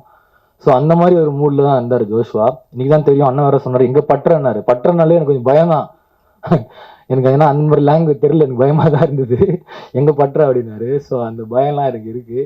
ஆனால் ஜோஷ்வா நான் எப்படி மீட்டினா, ஜோஷ்வா நானும் ஒரே ஏரியா, நானும் 2 பேரும் ஐநாவரத்தில் பிறந்து வளர்ந்தோம். ஸோ எனக்கு வந்து ஓகே இந்த ஸ்கூலிங் காலேஜஸ்லாம் அந்த மைண்ட் செட் ஜோஷ்வா கிட்ட இருந்தது. ஸோ ஜோஷ்வா வந்து கேப்பபிளாக பண்ணுவார் இருந்தது. அதே மாதிரி ஜோஷ்வா மீட் பண்ணும்போது டே பை டே இன்ட்ரெஸ்டிங் ஆகிட்டு இருந்தார் ஜோஷ்வா. ஒரு நாள் ஒரு மாதிரி இருப்பார், அடுத்த நாள் வேறு மாதிரி ஆவார். அவர்கிட்ட வந்து ஒரு இன்ட்ரெஸ்டிங்கான எலமெண்ட் நானும் பார்த்துட்டு இருப்பேன், சரி நாளைக்கு என்ன பண்ணுறாரு இவர் பார்க்கலாம் அப்படின்னு. ஸோ அந்த மாதிரி தான் நான் ஜென்டில்மேனுக்குள்ளே நான் வந்தேன். என்னோட பார்ட் வந்து இங்கே பார்த்தீங்கன்னா ஒரு சின்ன ஒரு பார்ட்டுன்னு சொல்ல முடியாது, ஒரு முக்கியமான அந்த கதைக்குள்ள இருக்கிற ஒரு மென் நான். இந்த படம் வந்து எனக்கு எப்படின்னா, எங்கள் அப்பா வந்து இந்த ஆபாவானன் படங்கள் வந்து ஒரு காலத்தில் ஒரு இம்பாக்ட் கிரியேட் பண்ணுச்சு. அதே கண்கள் நான் எங்கள் அப்பா சொல்லுவார் அடிக்கடி, இந்த படம் வந்து சினிமாவில் வந்து ஒரு இம்பாக்ட் கிரியேட் பண்ணுச்சுரா அப்படின்னு சொல்லி. எங்கள் அப்பா ஒரு பெரிய சினிமா ரசிகர் சொல்லிட்டு இருப்பார். அந்த மாதிரி படங்கள் நான் பார்க்கும்போது அந்த மாதிரி என்னடா இது படம் என்னடா சொல்கிறேன்னு பார்க்கும்போது அந்த ஆபாவானன் படங்கள்லாம் ஒரு இம்பாக்ட் ஒன்று கிரியேட் பண்ணும். அந்த மாதிரி எனக்கு வந்து ஜோஷுவாவை நான் பார்க்குறேன், ஜோஷுவா அவங்களை ஆக்சுவலாக. ஏன்னா அந்த ஒரு இம்பாக்ட் சினிமா வந்து ஒரே மாதிரி அன்னசரமா ஸ்டீரியோடைப் உடைக்கிற மாதிரி கொஞ்சம் டிஃப்ரெண்ட்டான ஒரு கதைகளை டிஃப்ரெண்ட்டோட அது நம்மளோட வாழ்வியல்ல இருக்கு. ஸோ அது நம்ம எப்போ நம்ம வந்து அதை பற்றி நம்ம பேச போகிறோம், எப்போ நம்ம அந்த குற்றத்துக்குள்ளே போய் நம்ம வந்து சரி பண்ண போகிறோம் அப்படிலாம் இருக்குல்ல. அதெல்லாம் நான் வந்து ஜோஷுவா கிட்ட பார்த்தேன். இந்த படம் மூலிமா வந்து நான் ரொம்ப வந்து இந்த படம் பண்ணி முடிச்சுட்டு கொஞ்ச நாள் ஒரு மாதிரி மைண்டாகவே இதாக தான் இருந்தேன். ஏன்னா தங்கலானுக்கு முன்னாடி நான் இது பண்ணேன், ஒரு மாதிரி தான் இருந்தேன். ஜோஷா இது எப்படி கரெக்டாக வந்துருமா, டெய்லியும் கேட்டு இருப்பேன், ஜோஷா இது கரெக்டாக வந்துருமா, கரெக்டாக பண்ணிவிடுமா, இது கரெக்டாக வந்துருமா, எங்கள் வீட்டில் எதனா வந்துருமா, எனக்கு பயமாக இருக்குது அப்படின்லாம் கேட்பேன். இல்லை ஹரி நம்ம பண்ணிடலாம். ஏன்னா இதோட பெர்ஸ்பெக்டிவ் இருக்குது. ஏன்னா உமன் மட்டுமே நம்ம வந்து அப்படி போர்ட்ரேட் பண்ணிட முடியாது. ஒரு பெர்ஸ்பெக்டிவ் இருக்குது இந்த படத்தில். ஒரு மென்னுக்கான பெர்ஸ்பெக்டிவ் இருக்குது, ஒரு உமனுக்கான பெர்ஸ்பெக்டிவ் இருக்குது, ஒரு உமன் இன்னொரு உமனை எப்படி பார்க்குறாங்கன்ற ஒரு பெர்ஸ்பெக்டிவ் இருக்குது. ஸோ அது ரொம்ப முக்கியமாக இருக்குது. அந்த அந்த இடத்த வந்து யுகபாரதி அண்ணா வந்து ரொம்ப ஹெல்ப் பண்ணி இங்கே வந்து கொடுத்துருக்காரு. ஏன்னா யுகபாரதி அண்ணா இல்லைன்னா இந்த படம் வந்து எந்த அளவுக்கு பெருசாக மூவ் ஆயிருக்குன்னு எனக்கு அது தெரியல. இந்த இடத்துல ரொம்ப மிகப்பெரிய நன்றி நான் யுகபாரதி அண்ணா சொல்லிக்கிறேன். ஆனால் ரொம்ப நன்றி நான் ஆக்சுவலாக. ஏன்னா நீங்கள் வந்து உங்களை பார்க்கும்போது எந்த ஒரு இதுவுமே இருக்காது, நீங்கள் எப்பவுமே யுகபாரதி அண்ணா மட்டுமே தான் இருப்பீங்க, ஒரு இதுவாக தான் இருப்பீங்க. அதுக்கப்புறம் உங்ககிட்ட ஒரு அன்பு தெரியும், அது சூப்பர்ண்ணா, தேங்க்யூ ஸோ மச். அப்புறம் வந்து ஆல் டெக்னீஷியன்ஸ், இளையராஜா வந்து எடிட்ரு, இளையராஜா வந்து என்னோட வந்து பயங்கரமான ஒரு தோஸ்த். அவன் வந்து சின்ன படங்கள் வந்து ஸ்பாட் எடிட்டிங் பண்ணதுன்னு எனக்கு தெரியும். இந்த படத்தில் ஒரு முக்கியமான ஒரு விஷயங்கள் அவன் தான் பண்ணியிருக்காங்க. So thank you Ilaiyaraaja. Plus Kevin work பண்ணியிருக்காரு. கெவின் வந்து சவுண்ட் டிசைனிங்லேருந்து, கெவின் வந்து நான் குழந்தையாந்து பார்க்குறேன், திடீர்னு நான் பார்க்குறேன் சினிமாவில் இருக்காரு. அதே கெவின்னா அண்ணா ஞாபகம் இருக்கா, ஆமாம் ஞாபகம் இருக்குடா, நீ ஸ்கூல் போனது தான் எனக்கு ஞாபகம் இருக்குடா அப்படின்னு. ஸோ அவங்க வந்து ஒரு பெரிய இப்போ டெக்னீஷியனாக வந்துட்டு இருக்காங்க. ஸோ அவங்களுக்கும் நன்றி. ப்ளஸ் ஆக்ட்ரஸ் வந்து பேசுனா, நான் வந்து இந்த படத்துக்குள்ளே ஃபஸ்ட்டு நான் சொல்லும் போது யார் நடிக்கிறான்னு கேட்டேன், லிஜோ அப்படின்னு சொன்னாங்க. நான் லிஜோ என்னவோ கொஞ்சம் ஏன்னா அவங்களோட ஜெய்பீம் வந்து ரொம்ப பிடிச்சது. நான் இந்த மாதிரி வித்தியாசமான கேரக்டர்லாம் நடிக்க ரொம்ப விரும்புவேன். ஒரு கேரக்டர்லேருந்து வேற கேரக்டராக மாறி நடிக்கணும். ஏன்னா அந்த ஜானிலாம் இருக்குல்ல, ஜானி தங்கலான்ல நீங்கள் பார்த்தீங்கன்னா அந்த மாதிரி ஒரு கேரக்டர் நடிக்கணும்னு ஆசையாக இருந்தது. அப்போ லிஜோ நான் ஜெய்பீம் பார்க்கும்போது சார் வந்து பயங்கரமாக அவங்கள போர்ட்ரேட் பண்ணி வச்சுருந்தாங்க அந்த கேரக்டர். சார் ஏன்னா நான் மிஸ் பண்ணிட்டேன் அந்த படத்தை, நான் திரும்ப உங்களோட நடிப்பேன் சார். ஆக்சுவலாக ஒரு வாய்ப்பாகவே இங்கே கேட்குறேன். ஆமாம். ஸோ அப்படி தான் நான் லிஜோமலில் பார்த்து ஓகே அவங்க கூட நடித்தா எப்படி இருக்கும் அந்த எக்ஸ்பீரியன்ஸ். நம்ம போகும்போது நான் அப்படி உள்ளே போனோடனே லாஸ்ட்லி அவர் சர்ப்ரைஸ் எலமெண்ட்டாக இருந்தாங்க. லாஸ்ட்லியாவும் இருக்காங்க உங்களுக்கு கூட அப்படின்னாங்க. லாஸ்ட்லியாவை பார்க்கும்போது நம்ம ஹெக்டர் சொன்ன மாதிரி, நமக்கு சினிமாட்டோகிராஃபர் சொன்ன மாதிரி லாஸ்ட்லியா எப்படி பண்ணுவாங்க அப்படிலாம் எல்லாமே ஒரு இது இருந்தது. ஆனால் என்னோட லாஸ்ட்லியாவோட இந்த படத்துக்கான ஆக்டிங் ரொம்ப பிடிச்சிருந்துச்சு. லாஸ்ட்லியாவோட ஒரு புதுசான ஒரு ஒரு பரிமாணமே நான் பார்த்தேன். ஏன்னா லாஸ்ட்லியா வந்து அதை அழகாக கேரி பண்ணாங்க, சூப்பராக பண்ணாங்க. உங்களுக்கும் என்னோட வாழ்த்துக்கள் லாஸ்ட்லியா. ப்ளஸ் தாரணி ஒரு படத்தோட ஒரு சூப்பரான ஒரு கேரக்டர் அங்கே பண்ணியிருக்காங்க. அது படம் பார்க்கும்போது உங்களுக்கு எல்லாருமே தெரியும். ஆல் த டெக்னீஷியன் ப்ளஸ் இந்த ப்ரொடியூசர்ஸ் டீம் நான் வந்து தேங்க்ஸ் சொல்லிக்கிறேன். Haribhaskar sir, Komal Hari ma'am, Netaji sir. உங்கள் பேர் லியோ இன்னைக்கு தான் சார் எனக்கு தெரியும். நிறைய பேரோட பேர் மாறிட்டே இருக்குன்னு நினைக்கிறேன், பேரை மாற்றிட்டாங்க. அமரன் சார் சொல்லணும், ஆர்ட் டைரக்டர். நான் வந்து அமரன் சார் ஃபர்ஸ்ட்லேருந்து பார்த்தேன். ஷூட்டிங்கில் வந்து அவரோட வீட்டிலேருந்துலாம் ஜோஷுவா வந்து ஒரு ஆர்ட்டை தூக்கிட்டு வந்துடுவான். எங்கே இல்லை அமரன் சாரோட வீட்டில் இருந்து தூக்கிட்டு வந்தேன் அப்படின்னா, எதுக்கு அப்படின்னா இல்லை சாரோட கேட்டேன் ரொம்ப பிடிச்சது. ஸோ அந்த மாதிரிலாம் சார் வந்து ரொம்ப ஹெல்ப் பண்ணார். Thank you sir. டீம் சார் பண்ணால் அவங்களுக்கு வந்து தேங்க் பண்ணிக்கிறேன். ப்ளஸ் நம்மளோட மியூசிக் கோவிந்த சந்தாவோட ரெண்டாவது படம். ரைட்டர் வந்து முக்கியமான ஒரு படமாக ஒரு இங்கே வந்து இண்டஸ்ட்ரியில் சப்போர்ட் பண்ணது கோவிந்த சந்தா ஒரு காரணமாக இருந்தார். ஸோ கோவிந்தா தான் நான் இங்கே மிஸ் பண்ணுறேன். கோவிந்த சந்தா ரொம்ப ரொம்ப நன்றி. ஆக்சுவலாக நான் இங்கே ஏன் சொல்கிறேன்னா, கண்டிப்பாக என்னோட மீடியா பீப்புள் வந்து உங்ககிட்ட வந்து இந்த விஷுவலில் காமிச்சிருவாங்க. இந்த இடத்துல கோவிந்த சந்தாவுக்கு நான் ரொம்ப நன்றி சொல்லிக்கிறேன். ப்ளஸ் ஓவரால் ஏடி டீம்ஸ், பின்னாடி ஒரு டெக்னீஷியன்ஸு, ஆர்ட் டிபார்ட்மெண்ட், லைட்மேன் எல்லாமே இந்த படத்தில் ரொம்ப சிறப்பாக ஒர்க் பண்ணி இது வந்து ஒரு அச்சீவ்மெண்ட் தான் நினைக்கிறேன். வந்து 18 days வந்து ஒரு படம் பண்ணுது. இதை பற்றி நம்ம பேசியே ஆகணும். 18 days வந்து ஒரு படம் பண்ணுறது, இது வந்து பண்ணிடலாம் அப்படின்லாம் பண்ணவே கிடையாது ஜோஷுவா. சொன்ன மாதிரி இப்போ இது நான் 18 டேஸில் முடிக்க போகிறேன் சேலஞ்செலாம் கிடையாது. ஸோ ஓவரால் இந்த டீமோட டெக்னீஷியனும் எல்லாருமே அதுக்கு வந்து ஒர்க் பண்ணாங்க. ஸோ அப்படி தான் இந்த படம் வந்து அந்த அந்த ஸ்பீடில் நகர்த்தப்பட்டது. அந்த படமாகவே வந்து சூப்பராக வந்திருக்கு. இந்த படத்தை பற்றி நான் வந்து சொல்லணும்னா நீங்கள் கண்டிப்பாக எக்ஸ்பீரியன்ஸ் பண்ணிட்டு சொல்லுங்கள், சப்போர்ட் பண்ணுங்கள். இந்த படத்தோட சப்போர்ட் ரொம்ப முக்கியமாக இருக்குது எல்லாருக்கிட்டையுமே. எஸ்பெஷலி உங்ககிட்ட தான், நீங்கள் தான் இந்த படத்தை போய் சேர்க்கணும். அதுமாதிரி தேங்க்ஸ் ஃபார் ஜோஸ் ஃபார் இந்த ஆப்பர்ச்சுனிட்டி கொடுத்ததுக்கு எல்லாருக்கும் சொல்லிட்டேன். Thank you so much. ப்ளஸ் அக்கா தேங்க்யூக்கா, நன்றிக்கா, எனக்காக பயங்கரமாக பேசினாங்க. ஸோ தேங்க்யூ ஸோ மச் எல்லாருக்கும் நன்றிங்க. தேங்க்யூ. எனக்கு கொஞ்சம் பதட்டமாக இருக்குது. நான் வந்து அந்த பதட்டத்தோடயே ஏதாவது ஏதாவது விட்டுட்டேன்னா தயவு செஞ்சு மன்னிச்சுக்கோங்க. எங்கள் படத்தை சப்போர்ட் பண்ணுறதுக்காக வந்திருக்கிற டிரெக்டர்ஸ், சப்போர்ட்டர்ஸ் எல்லாத்துக்குமே first of all thank you. And production team எனக்கு இந்த ஒரு நல்ல ஆப்பர்ச்சுனிட்டி இந்த படத்தில் கொடுத்ததுக்கு ரொம்ப நன்றி. Hari sir, Komala ma'am and Joshua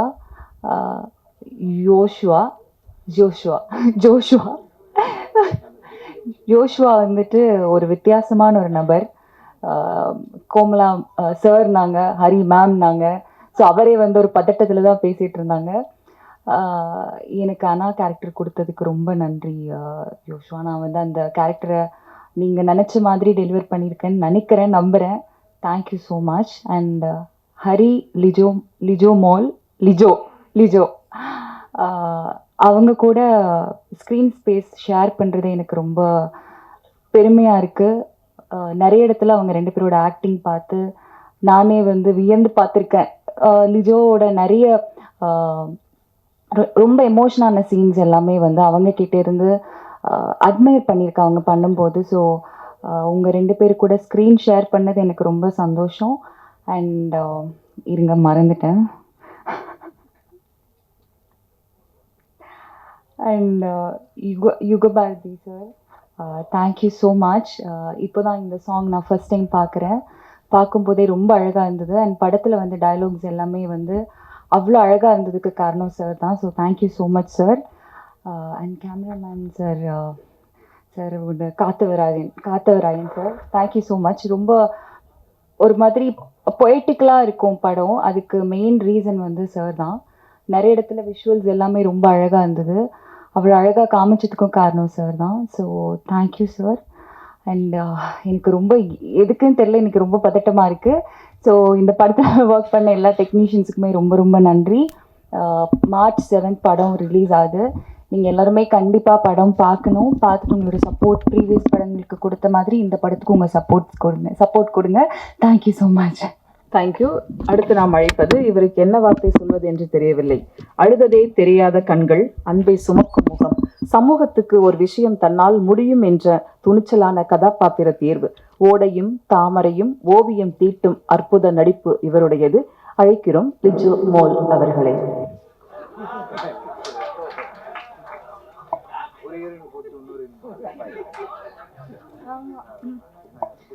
hi, எல்லோருக்கும் வணக்கம். லாஸ்ட் டைம் நான் ரொம்ப ப்ரிப்பேர் பண்ணிட்டுலாம் வந்தேன், but still ruined it. So அதனால் இந்த வாட்டி எதுவும் ப்ரிப்பேர் பண்ணாமல் வந்திருக்கேன். First of all, I would like to thank all the media people for coming and supporting us. And so Gentlewoman-ங்கிற எங்களோட படத்தோட டைட்டில், ஸோ டைட்டில் மாதிரி அந்த பேர் மாதிரியே வந்து நிறைய விஷயங்கள்ல நிறைய பேரோட பர்செப்ஷன்ஸை இல்லை பர்ஸ்பெக்டிவ்ஸை சேஞ்ச் பண்ணுற மாதிரி ஒரு படமாக இருக்கும் இது. ஸோ ஃபஸ்ட்டு நான் வந்து ஜோஷ்வாவுக்கு அதுக்கு தேங்க்ஸ் சொல்லணும், இந்த கேரக்டர் பண்ணுறதுக்கு என்னை சூஸ் பண்ணதுக்கு. Joshua, thank you so much for trusting me with Poorni. And then Yugabharathi Anna, thank you so much for your powerful dialogues and lyrics. And of course நான் இங்கே வந்திருக்கிற ப்ரெஸ்டீஜியஸ் கெஸ்ட் எல்லாருக்குமே வந்து தேங்க்யூ சொல்லணும் for your effort and time. Gnanavel sir, Rajamurugan sir, Lenin sir, எல்லாருக்குமே especially Gnanavel sir. நான் ரொம்ப லேட்டாக தான், லாஸ்ட் மினிட்ல தான் உங்ககிட்ட நான் கேட்டேன் உங்களால் வர முடியுமான்ட்டு. பட் ஸ்டில் நீங்கள் வந்திருக்கீங்க, so thank you so much. And நீங்கள் சொன்ன மாதிரியே லிஜோ மேம் எல்லாம் ஆகலை இன்னும், பட் அவங்க அப்படி சொல்கிறாங்க. அதான் எனக்கு லிஜோ தான் பிடிக்கும். உங்களுக்கு நான் கிளாரிட்டிக்கு சொல்கிறேன், வேற ஒன்றும் இல்லை. அண்ட் என்னோட கோ ஆக்டர்ஸ் எல்லாருக்குமே நான் நன்றி சொல்லணும். பிகாஸ் உங்களுக்கே தெரியும், இதில் வந்து நிறைய சீன்ஸ் வந்து டயலாக் ஓரியன்டாக இருக்கும் அண்ட் லெங்க்திய ஷார்ட்ஸ். ஸோ அந்த டைமில் நம்மளுக்குள்ள ஒரு சரி இல்லை இவங்க கிட்ட பேசுகிற அதனால அது okay.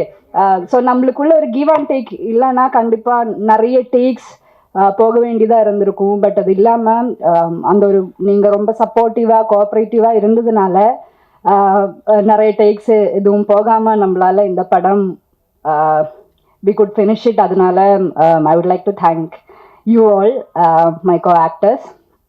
And then Hector Anna, I really liked your work in the film. And producers, of course, thank you for making this wonderful movie. And இந்த படத்தில் ஒர்க் பண்ணியிருக்கிற ஒவ்வொருத்தருக்கும் நன்றி சொல்லணும்னு ஆசைப்படுறேன். பிகாஸ் வித்தின் 19 days ஒரு படம் முடிக்கிறது is not at all easy. அது ரொம்ப டிஃபிகல்ட்டான விஷயம். அதுவும் குவாலிட்டியில் எந்த காம்ப்ரமைஸும் பண்ணாமல் ரொம்ப பியூட்டிஃபுல்லாக இந்த படம் முடிச்சிருக்காங்க. ஸோ அதுக்கு இந்த படத்தில் ஒர்க் பண்ணியிருக்கிற ஒவ்வொருத்தருக்கும் நான் நன்றி சொல்கிறேன். Thank you all. ஒரு படம்ன்றது டீம் ஒர்க் தானே. எனக்கு தெரியாது நான் சீக்கிரமாக ஒரு 2-3 டேக்கில் ஓகே ஆகிடும்லாம். ஸோ அப்படி பண்ணும்போது என்னோடய ஆக்டர்ஸ் எல்லாமே சப்போர்ட் இருந்துச்சு. டெக்னீஷியன்ஸ் குறிப்பாக கேமராமேனாக இருக்கும். மெயினாக ஒரு படத்தோட செட்டில் இருக்கிறது கேமராமேன் டீம் தான். டைரக்ஷன் டீம் 4 பேர் தான் இருப்பாங்க. கேமராமேன் டீம் தான் லைட் மேன் எல்லாருமே. ஸோ எனக்கு கேமராமேன் ரொம்ப சப்போர்ட்டாக இருந்ததுனால அது பாசிபிள் ஆச்சு. அது வந்து திட்டமிட்டு பண்ணணும்லாம் கிடையாது. அப்படி எனக்கு தெரிஞ்சு யாரெல்லாமே பண்ண முடியாது. எந்த படமாக இருந்தாலும் ஒரு இந்த டேஸை முடிக்கணும்னு நினச்சா அது முன்ன பின்ன தான் ஆகுமே தவிர இவ்வளோ டிராஸ்டிக்காக பாதியெல்லாம் முடியாது. எனக்கு அப்படி நடந்தது வந்து என்னோடய டீமோட சப்போர்ட்டு தான். ஆக்டர்ஸ் எல்லாருமே கூட. ஏன்னா நான் கண்டினியூஸாக ஷூட் பண்ணேன். நான் லஞ்ச் பிரேக்லாம் விட்டவே இல்லை. இவங்கெல்லாம் நான் சாப்பிடவே இல்லை. ரொம்ப டார்ச்சர் பண்ணியிருக்கேன். ஸோ யாருமே அப்படி கோச்சிக்கவே இல்லை. ஸோ என்ன நீங்கள் இப்படி கண்டினியூஸாக ஷூட் பண்ணுறீங்கன்னா யாருமே கேட்கல. எல்லோரும் ரொம்ப நம்பினாங்க. ஸோ அதனால் அது பாசிபிள் ஆச்சு. அது வந்து இல்லை அந்த மாதிரிலாம் எனக்கு நான் பிளான் பண்ணி எனக்கு என்ன எடுக்கணும்னு எப்போவுமே தெரியும். அது மட்டும் தான் நான் ஷூட் பண்ணுவேன். வேறு யாருன்னா எக்ஸ்ட்ரா எடுத்துக்கணும் கூட எடுக்க மாட்டேன். அது எனக்கு ஆனால் பழக்கம். ஸோ அப்படின்னும் போது என்னை நம்பினாங்க எல்லாருமே. ஆக்சுவலாக நான் இதுதான் ஓகே அப்படின்னா அதை நான் ஃபஸ்ட்டு ஒரு டேரக்டரை ட்ரஸ்ட் பண்ணணும்ல. கேமராமேன் ட்ரஸ்ட், டீமே ட்ரஸ்ட் பண்ணணும். ஏன்னா படத்தை நான் எழுதியிருக்கிறது வந்து நான் என்னோட இமேஜினேஷனில் ஒன்று இருக்கும்ல, அதுதான் நான் எடுக்கிறேன்றதை கூட இருக்கவங்க முதல்ல நம்பணும். அதை நம்பாத போது தான் நமக்கு சிக்கல்கள் வரும். எனக்கு இதில் எல்லாரும் நம்பிட்டாங்க. அதெல்லாம் ரொம்ப ஈஸியாக இருந்துச்சுன்னு நினைக்கிறேன். டைரக்டர் சார், ஜெயிச்சவருக்கு வணக்கண்ணா சார். இப்போது பெண் சுதந்திரம் அப்படின்னு சொல்லிட்டு தான் இந்த படத்தை எடுத்திருக்கீங்க. ஏற்கனவே லிஜோ வந்து இன்னொரு படம் நடிச்சிருந்தாங்க, காதல் என்பது பொது உடைமை அப்படின்னு சொல்லிட்டு. கிட்டத்தட்ட அதே வந்து பெண் சுதந்திரம் அப்படின்னு தான் சொன்னாங்க. பட் இந்த படத்துல நீங்க வந்து 2 பெண்களுக்கு இடையில உள்ள ஒரு பிரச்சனையை தான் நீங்க காரணம் பண்ணிருக்கீங்க. ட்ரெய்லர் பார்த்தா அப்படி தெரியுது. நீ என் புருஷனை கேட்க வந்தியா அப்படின்ற மாதிரி தான் கேட்குறாங்க. ஒரு டைலாக் வருது. நீங்க இந்த பெண் சுதந்திரம்ன்றதை வந்து எந்த வகையில வரையறுக்கிறீங்க? அதுவும் இல்லாம இப்போ அமெரிக்காவிலிருந்து நிறைய இந்தியர்கள் வந்து வெளியேற்றினாங்க. நிறைய ஆண்கள் தான் வந்தாங்க. அவங்களுக்கு கையில விலங்கு காலில் விலங்கு போட்டு கொண்டு வந்தாங்க. அது எந்த வகையில் பார்க்குறீங்க? அது ஒரு சுதந்திரமா? இல்லை இந்தியா வந்து சுதந்திரமாக தான் இருக்குது. போர் விமானத்தில் கொண்டு வந்து இங்கே இந்தியாவில் இறக்குனாங்க. இதை பற்றியெல்லாம் அவங்களோட கருத்து ஏதாவது கொஞ்சம் சொல்ல முடியுமா? கையில் விலங்கு வந்து ஆணுக்கு போட்டாலும் தப்பு தான், எந்த மனிதருக்குமே போட்டாலும் தப்பு தான். அது ஒன்று. இது குறிப்பாக இது பெண்ணிய படமே இல்லை. ஆக்சுவலாக இது வந்து நான் ஒரு ஆணாக இருக்கிறதுனால குறிப்பாக இது பெண்ணிய படம் இல்லை. பெண் விடுதலை என்பது எல்லாருக்குமானது தான். ஸோ வந்து பெண் விடுதலை பற்றி இந்த படம் பேசலை. நான் கண்டிப்பாக பெண் விடுதலை என்பது பெண்ணுக்கானது. அது ஒரு பெண்ணை பெற்றுக்கொள்வாள். நான் ஒரு ஆணாக அதை பற்றி பேசணுன்ற அவசியம் இல்லைன்னு நினைக்கிறேன். அது நீங்கள் படம் பார்த்துட்டு நீங்கள் சொல்லணும். உங்ககிட்ட கேட்பேன். நீங்கள் இல்லை, நான் வந்து இப்போது இந்த பக்கத்தில் போனீங்கன்னா இங்கேருந்து பாருங்கன்னு சொன்னால் நீங்கள் அதை பார்த்துட்டிங்கன்னா உங்களுக்கு அதே தான் தோணும். ஆமாம், இல்லை அது நான் ஒரு ஐயா நான் அது வந்து ஒரு சர்ப்ரைஸாக வச்சுருக்கேன். இல்லை மையம்ன்றது அதான் நான் எனக்கு என்ன நான் முதல்ல என்னது இல்லை கற்புன்றலாம் நம்பிக்கையே இல்லை. அது வந்து அதுதான் ஓகேவா. நான் என்ன சொல்கிறேன்னா, ஏன் ஜென்டில் அப்படின்னு நான் சொல்கிறனாலே, நீங்கள் பெண் என்பவள் மென்மையானவள், அழகானவள், அப்புறம் வந்து பியூட்டிஃபுல் உமன் தான் சொல்கிறோம். ஆனால் அவங்களுக்கு நம்ம ஜென்டில் சொல்ல மாட்டோம். ஆண் என்பவன் வீரமானவன், கம்பீரமானவன் சொல்கிறோம். ஆனால் அவங்களுக்கு ஜென்டில்ன்ற வைக்கிறோம்ல. இந்த ஸ்பேஸ் தான் நான் பெர்ஸ்பெக்டிவ் சேஞ்சாக இருக்கும் நான் நம்புகிறேன். ஸோ நீங்கள் படம் பார்த்துட்டு நீங்கள் தான் சொல்லணும் இது யார் ஜென்டில் உமன் அப்படின்றது. அதான் அது இல்லை, நீங்கள் லேடிஸ்ன்ற கேள்வி மைக்கில் கேட்டுறேன் சார். இப்போ எல்லா இடத்துலையும் பேசும்போது பெண்களுக்கு தான் முன்னுரிமை அப்படின்னு சொல்லிட்டு சொல்கிறாங்க. எல்லா இடத்துலையும் அப்படி தான் இருக்குது. மகளிருக்கு தான் இலவச பஸ் பாஸ்லாம் கொடுத்துருக்காங்க. அப்புறம் லேடிஸ் அண்ட் ஜென்டில்மேன் அப்படின்னு தான் சொல்கிறாங்க. அப்புறம் சார் லியோ சார் பேசும்போது கூட சொன்னார், இது பெண்ணியத்தை பற்றிய படம் தான், பெண்ணியத்தை பற்றி என்னென்னமோ பேசுகிறாங்க, ஆனால் பெண்ணுங்களுக்கு சரியான விடுதலை இன்னும் கிடைக்கல அப்படின்ற மாதிரி சொல்கிறாங்க. நீங்கள் வந்து பெண்ணியல் பற்றி பேசலை அப்படின்னு சொல்கிறீங்க. இப்போ என்ன கன்ஃபியூஷன் சார் இந்த படத்தில்? இல்லை கதாசிரியராக நான் தான் அந்த கதை என்னன்றது சொல்ல முடியும்ல ஆஸ் அ டேரக்டராக. அது ஒரு பெர்ஸ்பெக்டிவாக கூட இருக்கலாம். மேபி ஒருத்தருக்கு பார்வை மாறனா அவர் வேறு அதான். பட் ஆஸ் அ டேரக்டராக நான் இந்த படத்தை வந்து என்னவா பார்க்குறேன்னு ஒன்று இருக்குல்ல, அதுதான் நான் என்னோட பெர்ஸ்பெக்டிவ் சொல்கிறேன். இப்போ அவர் சார் கேட்ட மாதிரி யார் ஜென்டில்னாரு, இப்போ அவர் ஒரு பாயிண்ட் ஆஃப் வியூவில் அந்த பாயிண்ட் ஆஃப் வியூ தான் அந்த படத்தோட ஒரு வித்தியாசமாக இருக்கும்னு நினைக்கிறேன். நம்ம படம் பார்த்த பிறகு கண்டிப்பாக நம்ம எல்லாருக்கும் இதை பற்றி இன்னும் பயங்கரமாக டிஸ்கஸ் பண்ணுவோம். இந்த கதையின் நாயகன் அப்படியா? அப்படிலாம் காட்டல சார். அதாவது உன் ஃப்ரெண்டா? கதையின் நாயகன் வந்து வேறு ஒரு வடிவத்தில் வேறு ஒரு நிறத்தில் இருக்காரு. நாயகிகள் 2 பேருமே சிவந்த நிறத்தில். சார் ஆக்சுவலாக சூப்பர் சார். இது ஆக்சுவலாக வந்து எனக்கு நான் வந்து 3 நாளுக்கு முன்னாடி அரியை கூப்பிட்டேன்னு சொன்னல. ஏன்னா நான் முதல்ல இந்த கதையை பண்ணும்போது நான் வந்து அரிக்கு சொல்லியிருக்கேன், நான் பண்ணேன் ஒரு நைட்டு. என்னன்னா இந்த மாநிலத்தில் இருக்கிற ஒருத்தரை நம்ம வந்து கேஷ் பண்ணக்கூடாது அப்படின்றது நான் ரொம்ப கான்ஷியஸாக இருந்தேன். அன்ஃபார்ச்சுனேட்லி நான் ட்ரை பண்ண ஆக்டர்ஸ் இருக்காங்களே, அவங்க யாருமே வந்து நான் எதிர்பார்க்கக்கூடிய ஒரு பெர்ஸ்பெக்டிவோ ஒரு ஷேப் அவங்ககிட்ட வரல. அப்புறம் எனக்கு ஒரு நாள் தோணுச்சு, நானே அப்படி முதல்ல நினைக்கணும், நிறத்துக்கு என்ன சம்மந்தம் இருக்குது அப்படின்றதுனால அப்படி நம்ம நினைக்கக்கூடாது, கதையை ஒரு கதாபாத்திரம்னு வச்சு அப்படின்றதுனால தான் நான் திருப்பி இதுக்கு போனேன். ஸோ இப்போ ஒரு கேள்வி வருது, இந்த கேள்வி எழுதும்போது எனக்குமே எடுக்கும்போது இருந்துச்சு, அப்படி நினைக்க வேண்டாம் அப்படின்னு நினச்சி தான் நான் வந்து இப்படி போயிட்டேன் சார். ஸோ நான் கலர் நான் பார்க்கல. லிஜோ மேடம், ஹரி வந்து எல்லா படத்திலும் நல்லா தான் நடிச்சிருக்காரு. இந்த படத்தில் வந்து உங்களை கேரக்டர் வந்து கத்தி வருது, குக்கர் வருது, நீங்கள் என்ன பண்ணீங்க? கிரைம் சப்ஜெக்டாக என்னது இது? ஹரி எந்த படத்தில் நல்லவனா நடிச்சாரு? பெரும்பாலும் படத்தில் நல்லா. இது வந்து கிரைம் சப்ஜெக்டா, அவரை நீங்கள் என்ன பண்ணீங்க? நான் அவரை எதுவுமே பண்ணல.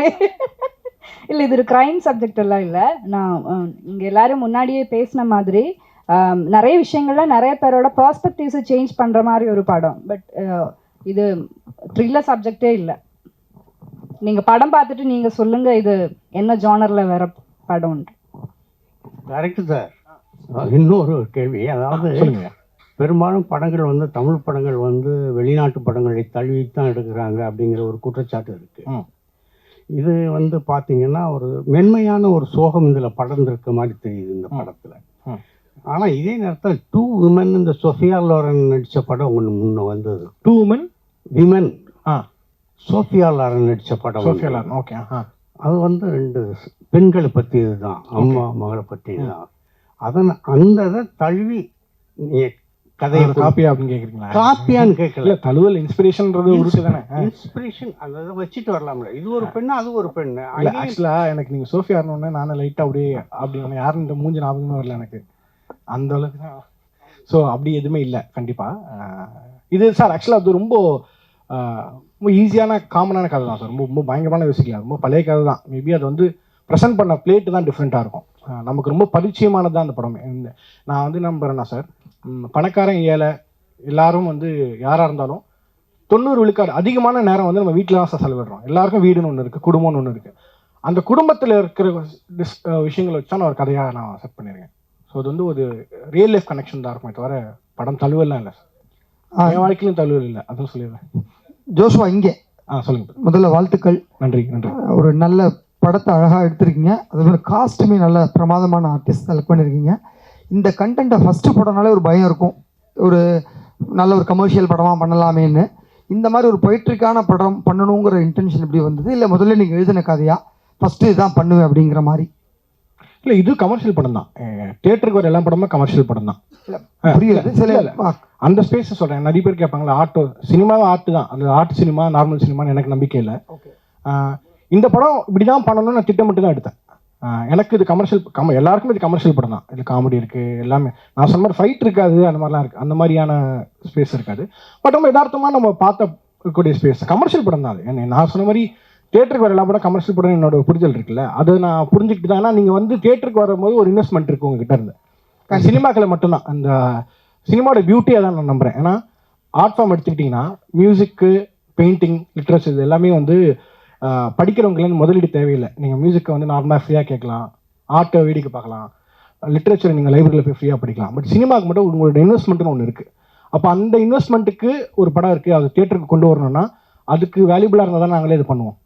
ஸோ அதனால தான் அது கண்டிப்பாக அது கமர்ஷியல் படம். Congrats. Thank you so much sir. Co director sir. Sir co director. Co டைரக்டரா? யார் அது ப்ளூ ஷர்ட் அவர். கோ டைரக்டர்லாம் இல்லையே. யார் co director? Co producer. Co ப்ரொடியூசரா? பிஆர்ஓ சொன்னதுனால கேட்குறேன். அது கொடுங்க சார். கோ ப்ரொடியூசர் சொல்லுங்க. என்னன்னா நீங்கள் ஸ்டேஜில் பேசணும்னு சொன்னீங்க, ஆணாதிக்கத்தை பேசுகிறவங்களாம் செருப்பால் அடிக்கணும்னு சொன்னீங்க. செருப்பால் அடிக்கணும்னு இல்லை இல்லை, நீங்கள் சொன்னீங்க ஸ்டேஜில், அது எல்லாருமே வீடியோ கூட இருக்கும், நீங்கள் சொன்னீங்க. ஏன் அவ்வளோ கோவம் உங்களுக்கு ஆணாதிக்கத்து மேலே? இல்லை, இந்த படத்தோட செருப்பால் அடிக்கிற மாதிரி இருக்கணும்னு சொன்னீங்க. செருப்பால் அடிச்சா மாதிரி வசனம் எழுதியிருக்காரு யுகபாரதியார். அப்படி ஏன் அப்படின்னா, ஒரு ஒரு இந்த சமுதாய கட்டமைப்பில் ஆண் பெண் அந்த 2 பேர் சேர்ந்து ஒரு ஒரு நேர்கோட்டில் போகும்போது தான் அந்த சமுதாயம் சரியான பாதையிலையும் இயங்க முடியும். அது இப்போ இல்லை, எப்போதுமே அப்படி தான். ஆனால் நமக்கு அதை வந்து ஈஸியாக நம்ம இக்னோர் பண்ணிட்டு போய்ட்றோன்றது என்னோட ஒரு கவலையாக இருக்குது. ஈஸியாக இக்னோர் பண்ணுறோம் அப்படின்னா, இப்போது என்ன சொல்கிறது, அண்ணன் ஞானவேல் ராஜா சொன்ன மாதிரி நான் அந்த பொண்ணு ஈக்குவலாக தான் ட்ரீட் பண்ணுறேன். எங்கள் வீட்டில் என் பொண்ணுக்கு சுதந்திரம் கொடுத்துருக்கேன், என் ஒய்ஃப் ஃப்ரீயாக போயிட்டு வரலாம். இது என்ன கொடுக்கறதுக்கு நீ யார்? இதுவே வந்து ஒரு ஆணாதிக்க சாதி மனப்பான்மை தான் சொல்ல வரேன் நான். சாதி பேசுகிறோம், மதம் பேசுகிறோம், எல்லாமே பேசுகிறோம்.